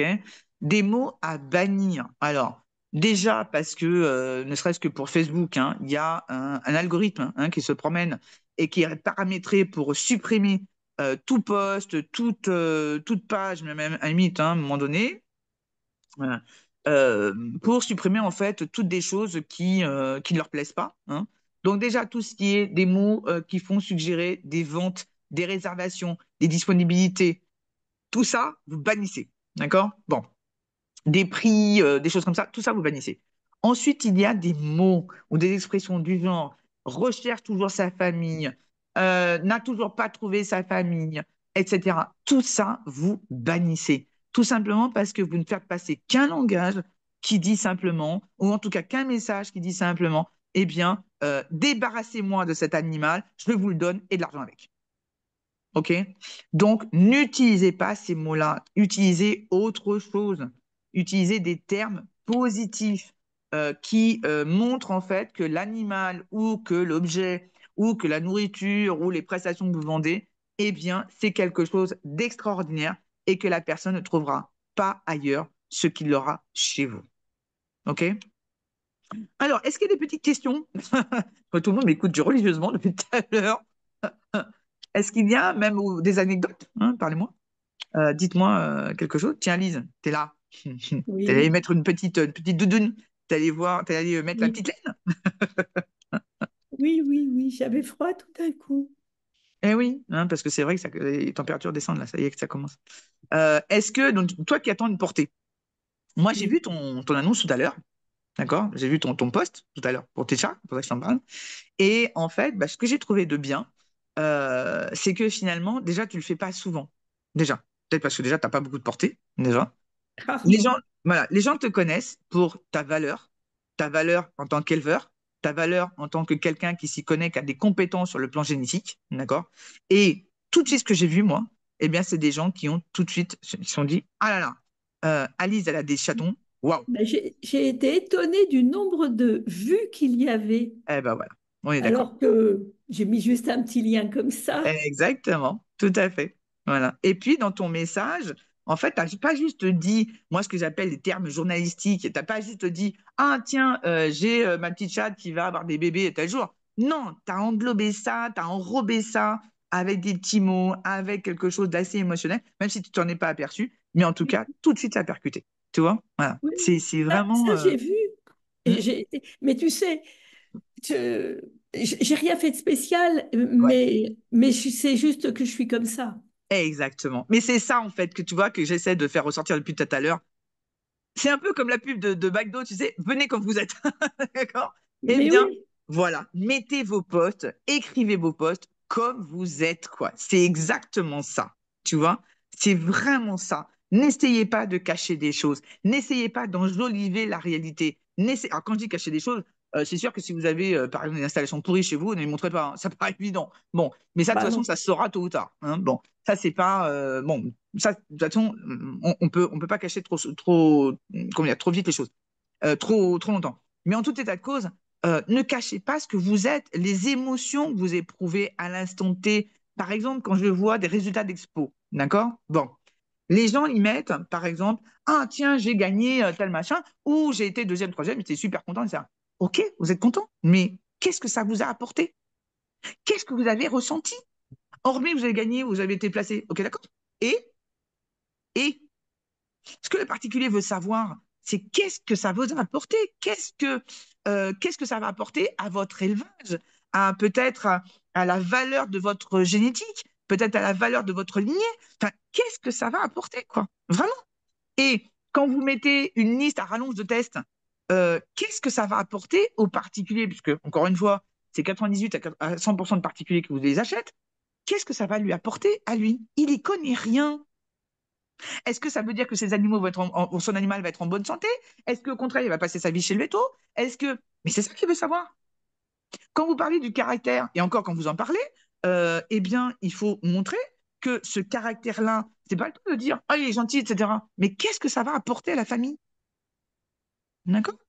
Donc, tout ça, je ne le vois pas dans les posts, dans les annonces. Je ne le vois pas. OK?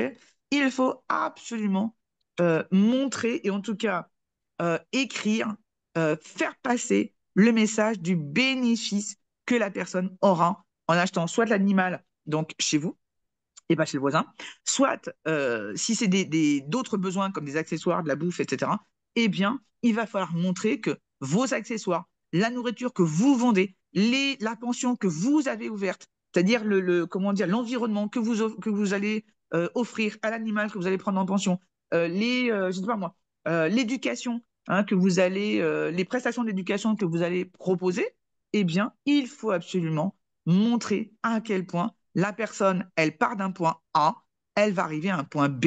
Et elle va arriver à ce point B grâce à vous, grâce soit à l'animal que vous lui vendez, soit grâce à la prestation ou au matériel ou à la nourriture que vous allez lui vendre. OK? Et ça, c'est quelque chose que vous avez en vous. Mais écoutez-vous sincèrement, écoutez-vous dans les discussions, mais vous avez tout en vous. Tout, tout, tout. Absolument tout. Oui, Oui, alors moi j'ai un dilemme avec le chou que j'ai, oui. c'est il est malade en voiture. Et alors? Donc je compte aller voir le veto pour que il me donne un médicament pour Ouais, les nausées. OK. Et du coup, quand je parle de lui, Hmm. le fait de ne pas en parler, donc je Ouais, mens pas, mais j'ai tu l'impression de mens par cacher mission. quelque chose. Ouais, tu mens par mission, en fait. OK. Je ne sais pas comment me positionner Hmm. avec Alors, lui. un truc simple, en donnant des conseils. Pourquoi les gens font souvent n'importe quoi? Il y a, et ça on le voit souvent dans le champ, excuse-moi Alice, hein, mais on voit souvent les éleveurs dire, ah, mais je ne veux pas leur vendre parce que sinon ils vont faire n'importe quoi. Est-ce qu'à un moment donné, vous vous posez la question? Est-ce que vous posez la question de savoir pourquoi les gens font n'importe quoi? Imaginez un particulier qui va taper à la porte d'une dizaine d'éleveurs, d'accord? Il va trouver 9 portes fermées. Parce que on va lui dire, ah non, non, vous voulez élever, vous voulez faire, ah non, non, moi je ne vends pas les éleveurs, machin. Au dixième, qui va être beaucoup moins exigeant, il va lui vendre, il n'y a pas de problème. Mais derrière, il n'y aura rien. Il n'y aura pas de conseil, il n'y aura pas d'accompagnement, il n'y aura pas de service après-vente, il n'y aura rien. Qu'est-ce qu'il va faire, le mec? Ben, il va être tout seul devant son problème et il va faire n'importe quoi.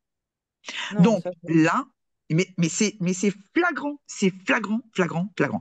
Donc, par contre, toi, à ton niveau, Pas bah, toujours. au lieu de dire, hein, Je dis pas toujours, tu sais. oui, je dis Il bien, il y a aussi les fois où tu dis, il n'y a pas de problème. Si vous mhm, voulez faire porter, mhm, dans mon cas, une chatte, mhm, mais contactez-moi. mhm.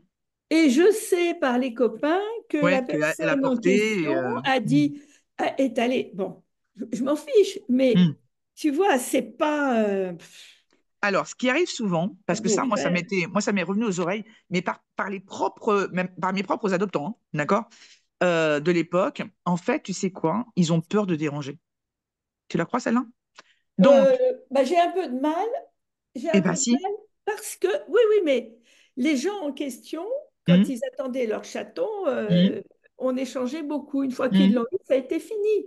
Ouais, Même mais pas pour justement, donner des nouvelles, tu vois. eh ben, alors, tu as la peur de déranger, tu as aussi la peur, tu sais, mine de rien, c'est de ne pas, comment dire, de ne pas non pas se remettre en question, mais de dire, ah ouais, mais si je lui demande, je vais passer pour une conne, quoi. Tu vois? Et ça, Ça peut. il y en a beaucoup, beaucoup, beaucoup. Ils préfèrent mettre l'éleveur, surtout ceux qui leur ont vendu, devant fait accompli, du genre, aidez-moi, je suis dans la mouise, d'accord? Plutôt que d'anticiper les choses et de dire, bah, écoutez, moi, j'aimerais bien que vous m'aidiez, etc. Il y en a beaucoup comme ça. Il y en a Ça tellement, et peut, c'est pas ça que dans le peut. chat, hein. Ça, pour ça, il y en a beaucoup ailleurs, hein. Ça, on le sait. Mais en tout état de cause, dans la grosse majorité des cas, on est sur des gens, d'ailleurs, il n'y a qu'à leur demander, hein. Quand on leur pose la question, la réponse, elle est 9 fois sur 10, c'est celle-là. C'est, ah bah oui, mais de toute façon, j'ai recontacté. Et très souvent, parce que malheureusement, ils l'ont acheté ou ils l'ont acquis auprès de personnes justement qui les ont envoyés balader, quoi. Justement, tu vois? Voilà. Et à partir de ce moment-là, eh bien, quand les personnes se trouvent confrontées à ça, bien effectivement, elles font n'importe quoi. Mais je ne dis pas que c'est 100% des cas. Je dis qu'il y a beaucoup, beaucoup, beaucoup. Maintenant, effectivement, le cas quand on n'a plus de nouvelles, ouais, à un moment donné, Céline, effectivement, mais quand on n'a plus de nouvelles, il faut essayer de garder le contact. Oui. Pas de les appeler toutes les semaines, mais ne serait-ce Ah tous non. les 3, 4, 5 mois. Voilà. De demander comment ça va. Pourquoi pas prétexter un anniversaire de quelque chose. J'en sais pas, moi. Je ne sais pas. Voilà. Mais en tout cas, il faut effectivement essayer de garder le contact. Je sais que c'est pas facile, parce qu'il y en a qui ferment la porte directement, qui estiment que l'animal est à eux, qu'ils peuvent faire ce qu'ils veulent. Mais bon, il y a quand même beaucoup, beaucoup de gens, et on le voit dans ceux qui posent beaucoup de questions, et même moi, je sais qu'il y a encore aujourd'hui, hein, des adoptants, les miens, hein, d'accord, qui me rappellent de temps en temps, mais bien que je l'ai arrêté là, il y a 4 ans, mais qui me rappellent de temps en temps et qui me disent, bah voilà, qui me demandent à moi si je connais je connais des éleveurs parce qu'ils savent que moi, j'ai arrêté et je leur donne des adresses, effectivement, et je leur dis surtout, gardez le contact. Je me dis, mais de toute façon, on l'a fait avec vous, on le fera avec l'autre, quoi. Voilà. Donc, c'est vraiment un mode de fonctionnement. Maintenant, pour ton histoire de chiot qui est malade, hein, en fait, en voiture, c'est pas de dire qu'il est malade, effectivement, de dire un truc négatif, c'est de donner des conseils pour que ça se passe pas. Justement, à toi de donner des conseils. Par exemple, bah, un chiot qui est malade en bagnole, c'est vrai que le premier conseil qu'on donne, c'est de ne pas lui donner à manger avant, quoi. C'est la première Oui. chose qu'on leur dit. Ah, D'accord? mais ça, alors moi, je suis en train de travailler là-dessus avec lui. Mhm. Mais il vaut mieux s'en Mais prévenir. attends, mais quand je dis pas avant, c'est pas 1 heure avant, hein. C'est pratiquement dans les 8, 10 heures avant. Mm. Quand on sait Ouais, qu'il mais va là, faire c'est un même voyage, 15 minutes, 15-20 minutes, hein. hmm, 15-20 minutes et fini. oui, non, mais justement, il faut éviter qu'ils aient l'estomac trop lourd, quoi. On le sait. Donc, on sait Mm. que le temps de digestion, c'est pas, il dure pas une demi-heure. Donc, le temps de digestion, il peut aller de 2 à 8 heures, suivant l'âge. Donc, t'imagines? Donc, il faut absolument lui laisser le temps de se vider l'estomac, qu'il ait déjà moins d'appréhension par rapport à ça. Et ensuite, évidemment, lui donner de conseils de commencer tout petit. C'est-à-dire de mettre le chiot, par exemple, ça peut être un chaton, hein, de mettre l'animal dans une voiture arrêter, d'accord, sur un parking, dans un jardin, etc., de le faire monter dedans, pourquoi pas sur ses genoux, pourquoi pas dans ses bras, pourquoi pas ce qu'on veut, quelques minutes d'abord, et ensuite on rallonge le temps, voilà, au fur et à mesure. Et puis une fois que l'animal semble à peu près rassuré, eh bien, on met juste le contact de la voiture, on fait tourner le moteur. C'est tout. Et on recommence, etc. Et ensuite, qu'est-ce qu'on fait? Eh bien, alors, soit on peut prendre quelqu'un qui prend le volant, on est à côté cette fois, on a toujours l'animal dans les bras, sur les genoux, etc. Et pareil, toute petite distance, 2 mètres, 3 mètres, et puis pourquoi pas 100 mètres après, etc. Voilà, c'est ça en fait les conseils qu'il faut leur donner. Et ne pas dire, ah bah oui, votre chien est malade, oh là là, je ne peux rien faire, etc. Les gens, ils ne t'en Je voudront dis pas, jamais de ne pas avoir de je solution. dis pas qu'il est malade. Hein? Je dis pas qu'il est malade. Il faut toujours dire les choses. Les gens, quand ils découvrent, ils t'en voudront toujours plus de découvrir les choses plutôt que tu leur dises les choses et que finalement tu leur donnes des conseils et qu'ils pourront suivre après. Ils t'en voudront D'accord. toujours plus de ne rien dire. Oui, non, Toujours. mais c'est ça. Mais moi, c'est que je peux pas mentir. C'est ça Hmm. le problème. J'ai Eh l'impression bien que alors, donne que des ça conseils dans ce cas. voit sur ma figure. Alors, dans ce Donc, cas, donne des et donc, conseils. ouais. Reste positive. Donne toujours des conseils. Toujours, toujours, toujours. C'est Et ça. je compte. Parce que Vas-y. là, du coup, je suis en train de travailler avec lui là-dessus. On part en balade, ben, on part en voiture d'abord et puis après on se balade. Plusieurs sorties positives comme ça. On est allé à des brocantes un peu plus loin et puis du coup ça fait le voir aussi et Oui. lui il sort, Entendre du bruit, tout sort en ça. Hmm. voiture. Voilà, je rallonge progressivement le truc. Je compte aller chez le veto pour qu'il me donne le traitement pour que je le teste et Hmm. si ça marche, ben, leur donner le traitement Oui, à enfin, eux. le problème des traitements, déjà, tu n'es pas veto. Donc, déjà, s'il y a quelqu'un qui doit te donner, c'est le veto qui doit leur donner.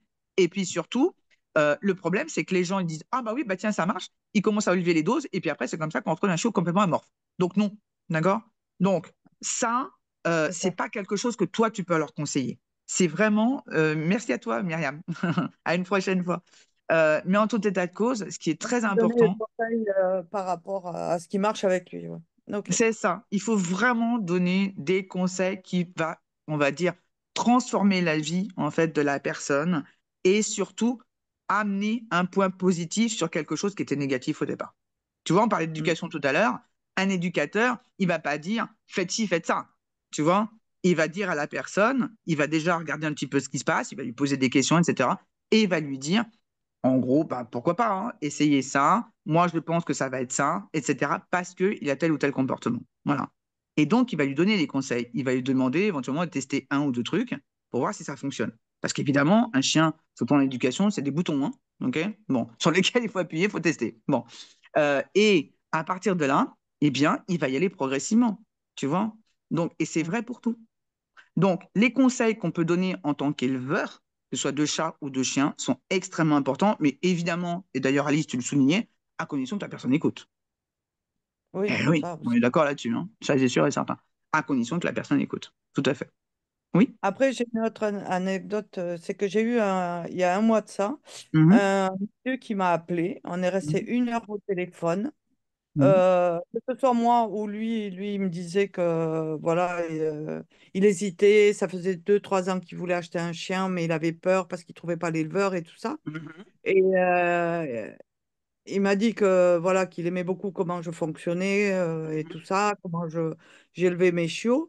Mhm. Il m'a dit demain, je vous appelle pour vous dire pour venir mercredi si j'ai mon mercredi ou pas. Et plus signe de vie. Eh ben Ouais. ouais. Mhm. Les choses qui Mais arrivent. aucun signe de vie. Même, parce que c'était par les réseaux sociaux. Mhm. Donc, je lui ai envoyé un petit message en lui disant, bon, est-ce que vous venez mercredi ou pas? Mhm. Plus rien. Plus rien. Alors, mais parce qu'en fait, alors tu n'as pas voulu être trop, on va dire trop agressive, trop, etc. Tu as voulu laisser venir, etc. Tu as fait deux erreurs. La première, c'est que probablement, vous avez beaucoup échangé, d'accord? Par contre, tu n'as probablement pas posé les bonnes questions. C'est presque sûr. La deuxième, c'est que tu l'as laissé décider, ok? Tu l'as Comment ça, laissé laisser décider. décider. Tu l'as laissé décider, en fait, si vous voulez te rappeler ou pas. Non, non. Tu as quelqu'un qui est intéressé, tu dois faire en sorte, attention, hein, je parle pas de vente forcée, hein, attention, hein, je parle pas de Oui, ça, oui, hein, oui, oui, d'accord? oui. Bon. Mais de Mais mener à prendre un rendez-vous direct. voilà, exactement. D'accord? Et surtout, peut-être que malgré vos échanges, que ça se passait bien, peut-être que tu n'as pas amené assez de valeur dans ces shows-là, dans peut-être dans ce que tu fais. Alors oui, Ah, il mais t'a dit à un moment donné, il m'a lancé des fleurs, mais j'étais ah habillée mais, pour tout l'hiver. ah mais, mais Mais c'est ça, c'est possible, c'est possible. Ça, c'est le côté admiratif. c'est C'est ce pas que j'ai forcément pas la valeur. compris. C'est ce que j'ai pas compris. Non, Ouais. non, par rapport, parce que je lui ai justement dit la différence de pourquoi prendre chez moi, parce que Mhm. je me suis investie dans les portées, je fais de l'éducation, j'essaie de Mhm. les rendre propres, ils vivent Mhm. avec moi dans la maison, Oui, voilà, ils font ça, c'est partie ce de que la toi, tu famille. fais. C'est ce que ça Oui, t'apporte, toi. Toi. oui, D'accord? oui.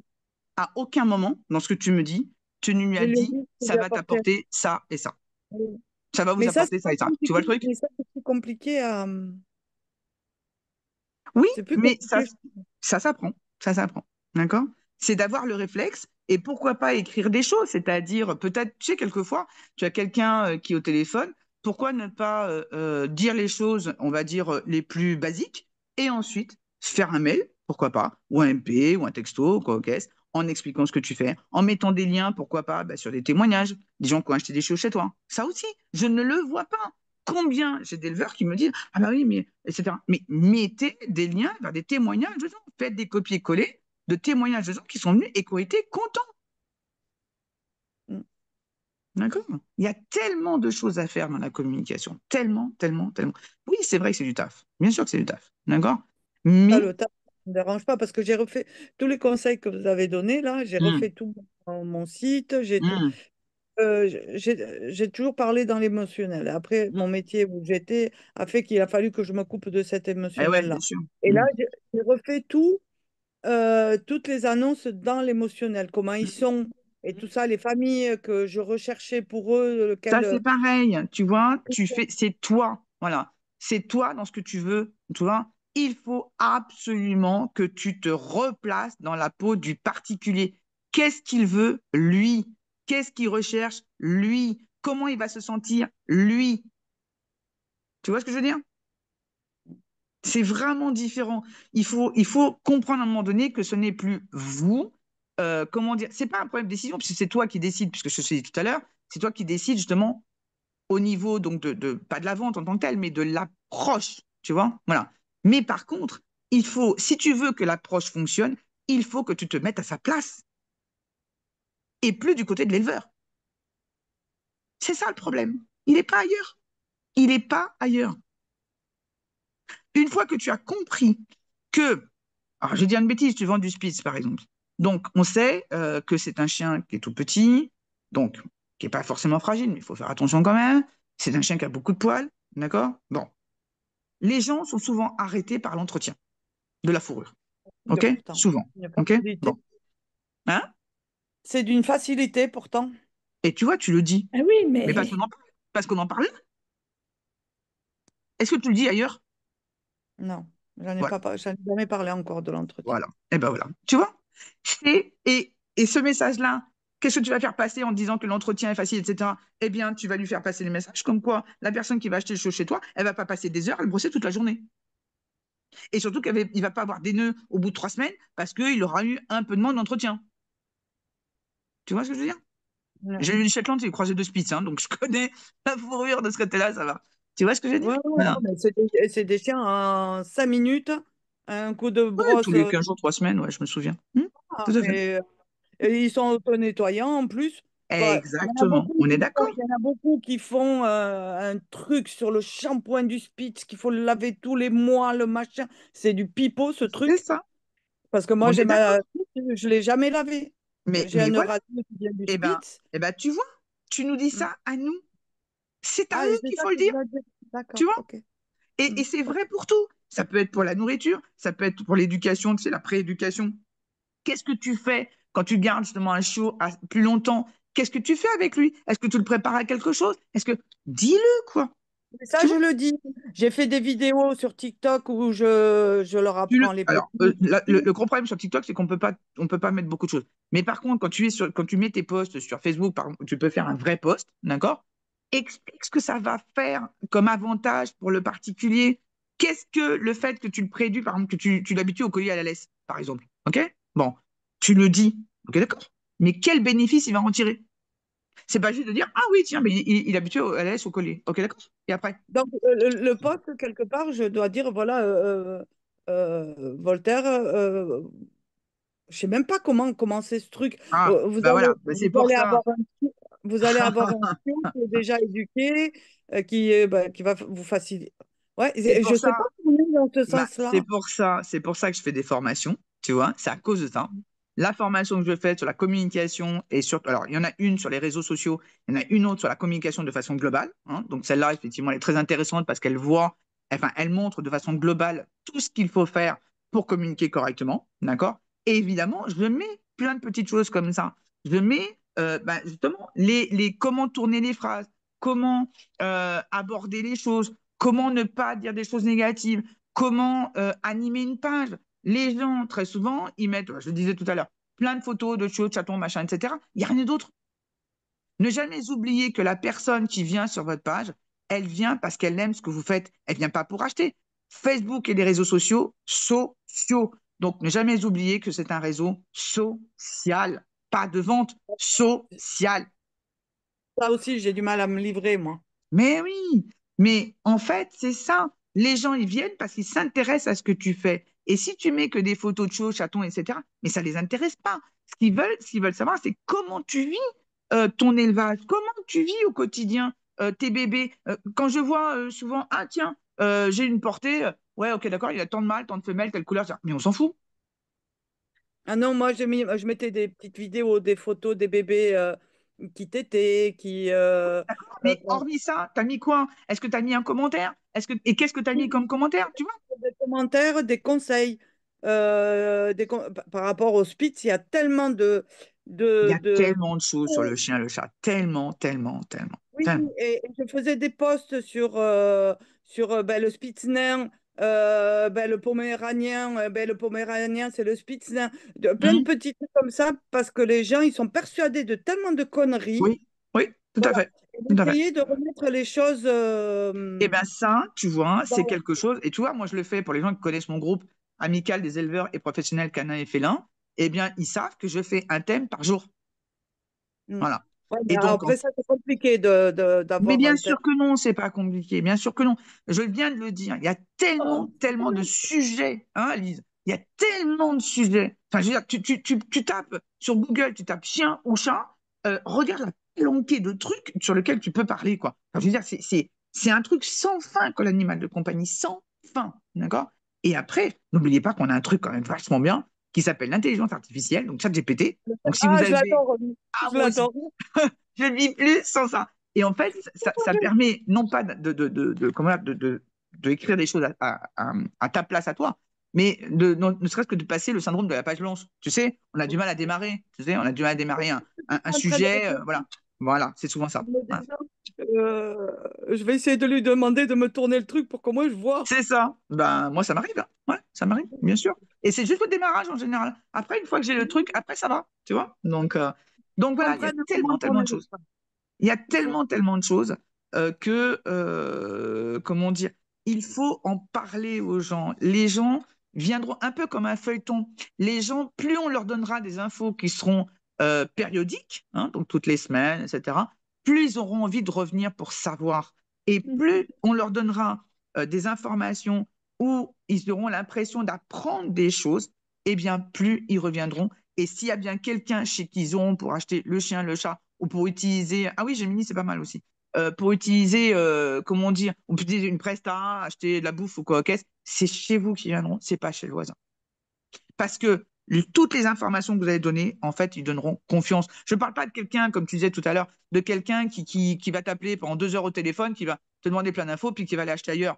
Ça, on s'en fout de ça. Ça, des gens, il y en aura toujours, d'accord? Ça, c'est des gens qui Oui. veulent passer leur temps, c'est des choses comme ça.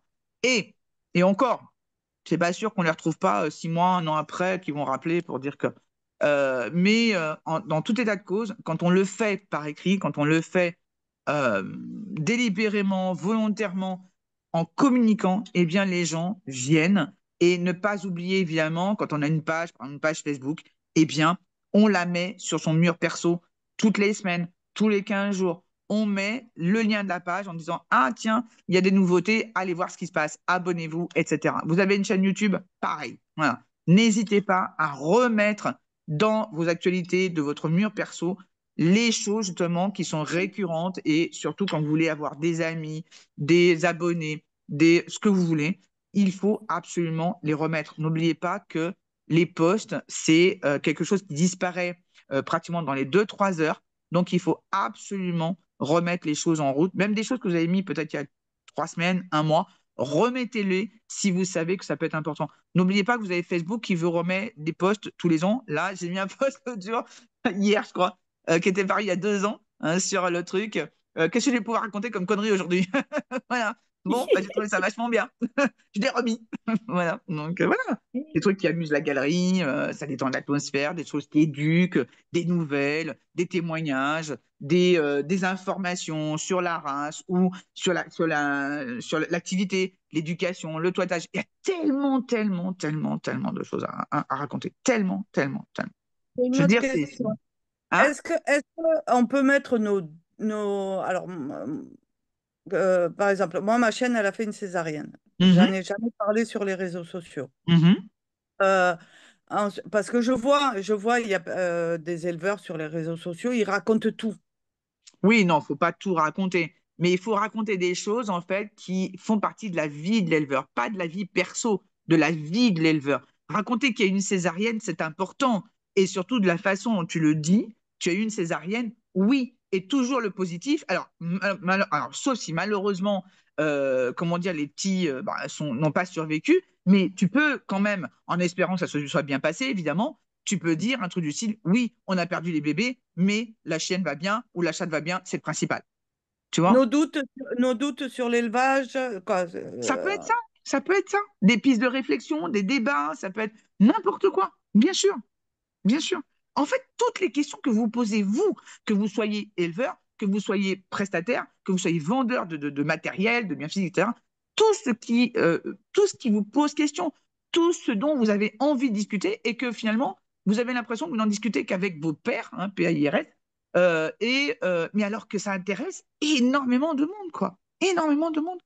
Regardez le nombre de gens qui sont dans les groupes et qui posent des questions. C'est pas pour rien.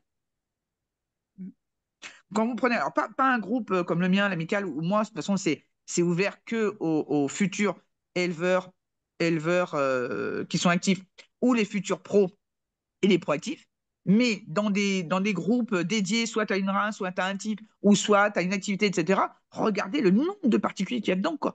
Les gens viennent chercher des infos, quoi. Vraiment.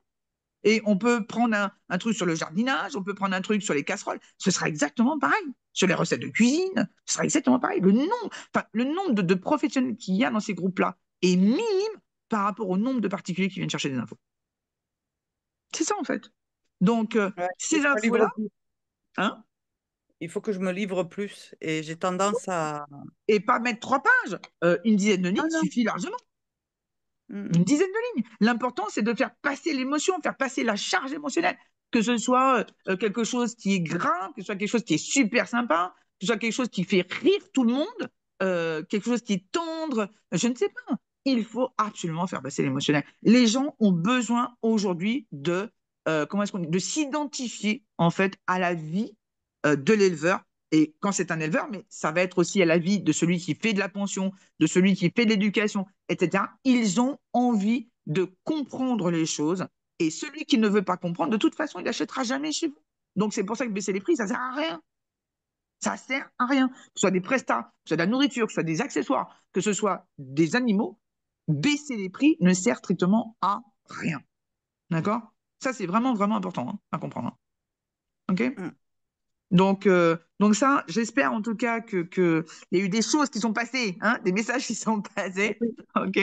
Enfin, ça, c'est super Bien, je vais important. m'appeler sur mon site Chien de France, sur mes Hmm. annonces, je vais recommencer tout. Il faut remettre tout ça. Alors, Céline qui dit, il y a des gens qui s'intéressent pour éventuellement se lancer également dans l'activité d'accès. Oui, très bien. Eh bien, à la limite, moi je dis toujours à ceux qui râlent contre ça, bah, vous avez commencé comment, vous? Hein. Eh bien, exactement. À un moment donné, Ah oui, non mais ça paraît idiot, hein, mais quelle que soit l'activité, il a bien fallu quelqu'un qui vous a servi de mentor, il a bien fallu des gens comment dire, qui vous donnent des infos. C'est quoi? L'accès, comment dire? C'est quoi? Tu as posé la question, c'est quoi?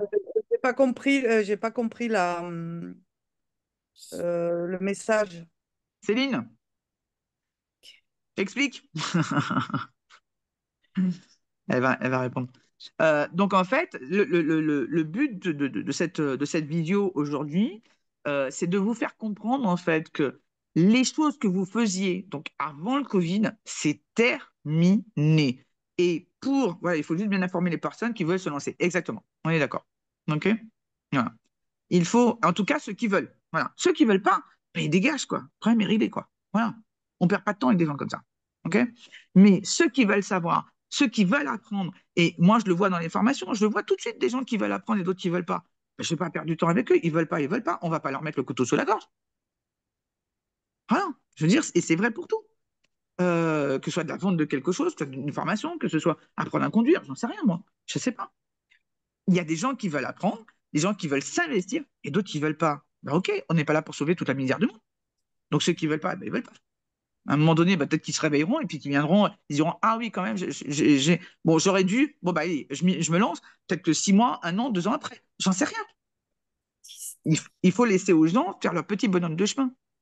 Il faut, euh, il faut les laisser réfléchir. Et c'est pour ça que éduquer les gens, leur donner des informations, quand je dis éduquer, c'est au sens large, hein, donc de leur donner des informations qu'on a l'impression que ça rentre par une oreille et ça ressort par l'autre, pas forcément. On a des gens qui reviennent 6 mois, 1 an, 2 ans après.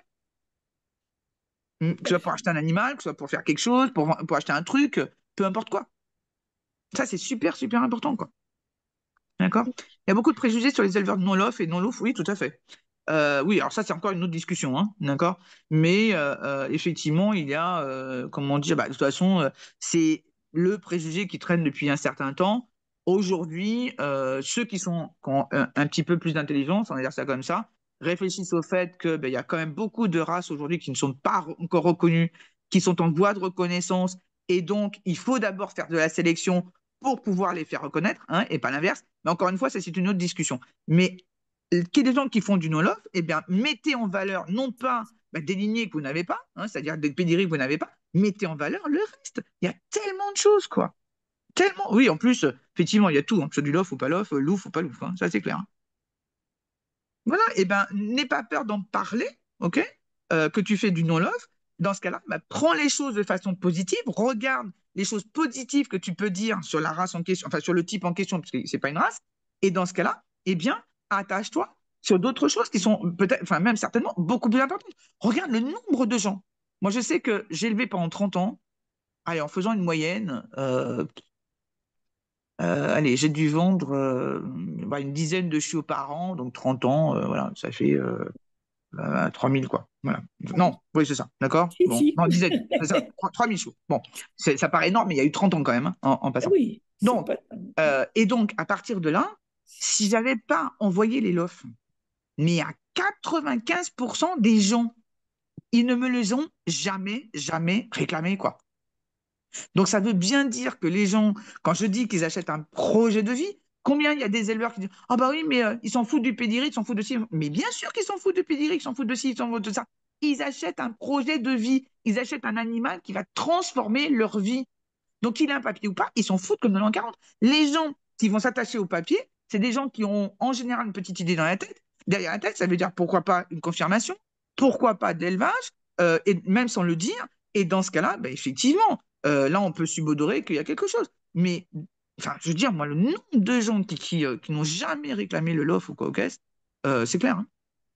Je sélectionne quand même mes reproducteurs. Ben, tout à fait. C'est pas parce que on fait du non-LOF ou du non-LOUF qu'on ne sélectionne pas. On est d'accord. On est d'accord. OK? Donc, c'est pour ça que la valeur ne s'attache pas au produit, mais aux bénéfices que les gens, les acheteurs, et encore une fois, que ce soit l'animal lui-même ou que ce soit tout ce dont l'animal a besoin, c'est le bénéfice qu'ils vont en retirer dans leur vie. Une fois que vous aurez compris ça, vous vendrez n'importe quoi à n'importe qui, à n'importe quel prix. Évidemment, dans le raisonnable. On est d'accord. Hein, ça ne dit pas d'aligner 3 millions, mais de mettre 3 000 zéros. Hein, on est d'accord là-dessus. Donc, ce que je veux dire, en fait, c'est dans la limite du raisonnable, les gens. Moi, je le vois, par exemple, tiens, on parlait de chat tout à l'heure, Alice, le Maine Coon. Tout le monde connaît le Maine Coon. Ils en sont à entre 20 et 25 000 naissances à peu près, au Louvre. À peu près, hein, on est à peu près ça. Donc, on est à peu près entre 5 et 8 fois plus en non-Louvre. D'accord? Bon, eh bien, on a des éleveurs aujourd'hui. Alors, le prix du Maine Coon, on est entre quoi, 1002, 1005, un truc dans le genre, voire un peu plus pour la repro. Hein, Plus, à mon avis, 2000, entre 1002 et 2000, un truc dans le genre. oui, par là. Hein, on a à peu près ça. Bon, Mhm. eh bien, alors, qui c'est qui nous dit au revoir? Ah oui, de l'entendre dire. Ouais, ok. Donc, on est entre 20 et 25 000 naissances par an au Louvre.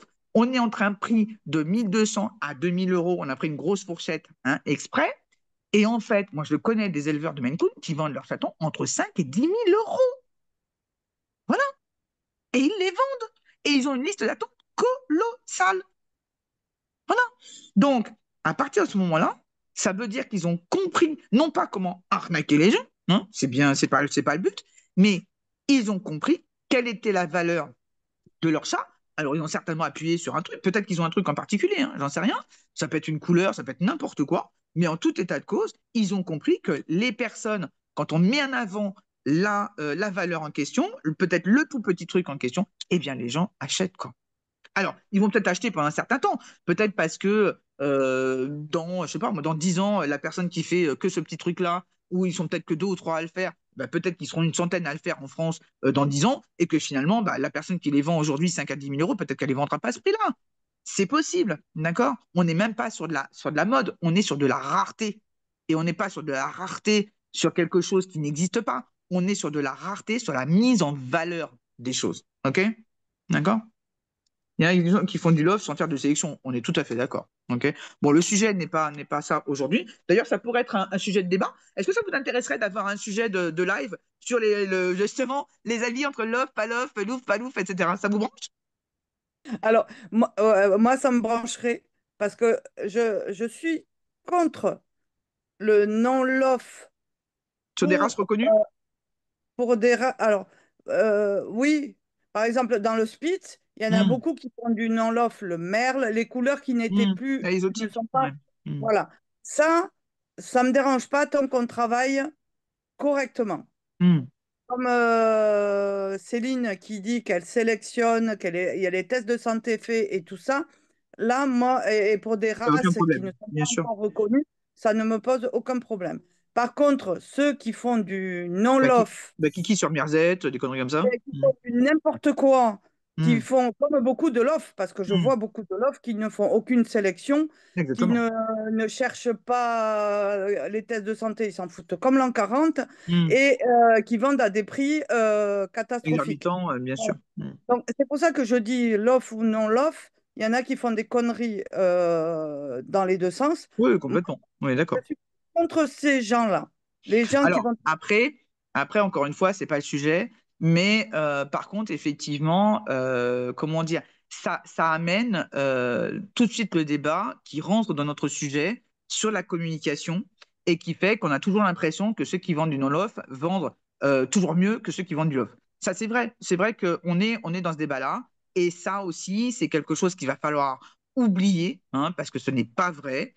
C'est simplement que, eh ben, peut-être parce que les gens qui font du non-love, hein, et on est vraiment dans le sujet, eh bien, ce sont des gens qui n'en ont rien à faire du pédigré, des lignées, etc., et qui appuient leur valeur sur autre chose, justement. Attention, je ne dis pas qu'ils font tous bien, hein. On est d'accord là-dessus, hein, ok? Je parle de la valeur qu'ils amènent, c'est-à-dire de la façon dont ils en parlent, ok? Tu vois? Après, que ce soit bien ou pas, hein, je ne les ai pas vus, je ne vais pas prendre un exemple exprès, etc. Ce que je veux dire, c'est que du non-love, très souvent, ils arrivent à mieux vendre parce que justement, ils ne s'attachent pas à des détails auxquels s'attache le love et qui n'est pas important pour les particuliers. C'est ça, en fait, que je veux dire. Tu vois? Voilà. Mais comment dire, ça n'enlève rien à la valeur des uns et des autres, hein. On est bien d'accord là-dessus.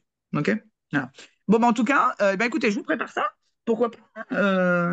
Pas forcément mardi la semaine prochaine, pourquoi pas le mardi dans 15 jours? Pourquoi pas? Tiens, en fait, pendant que vous êtes là, qu'est-ce que. Bon, le mardi soir, ça commence à poser problème. Qu'est-ce que le jour qui vous irait mieux? Allez, dites-moi, juste comme ça.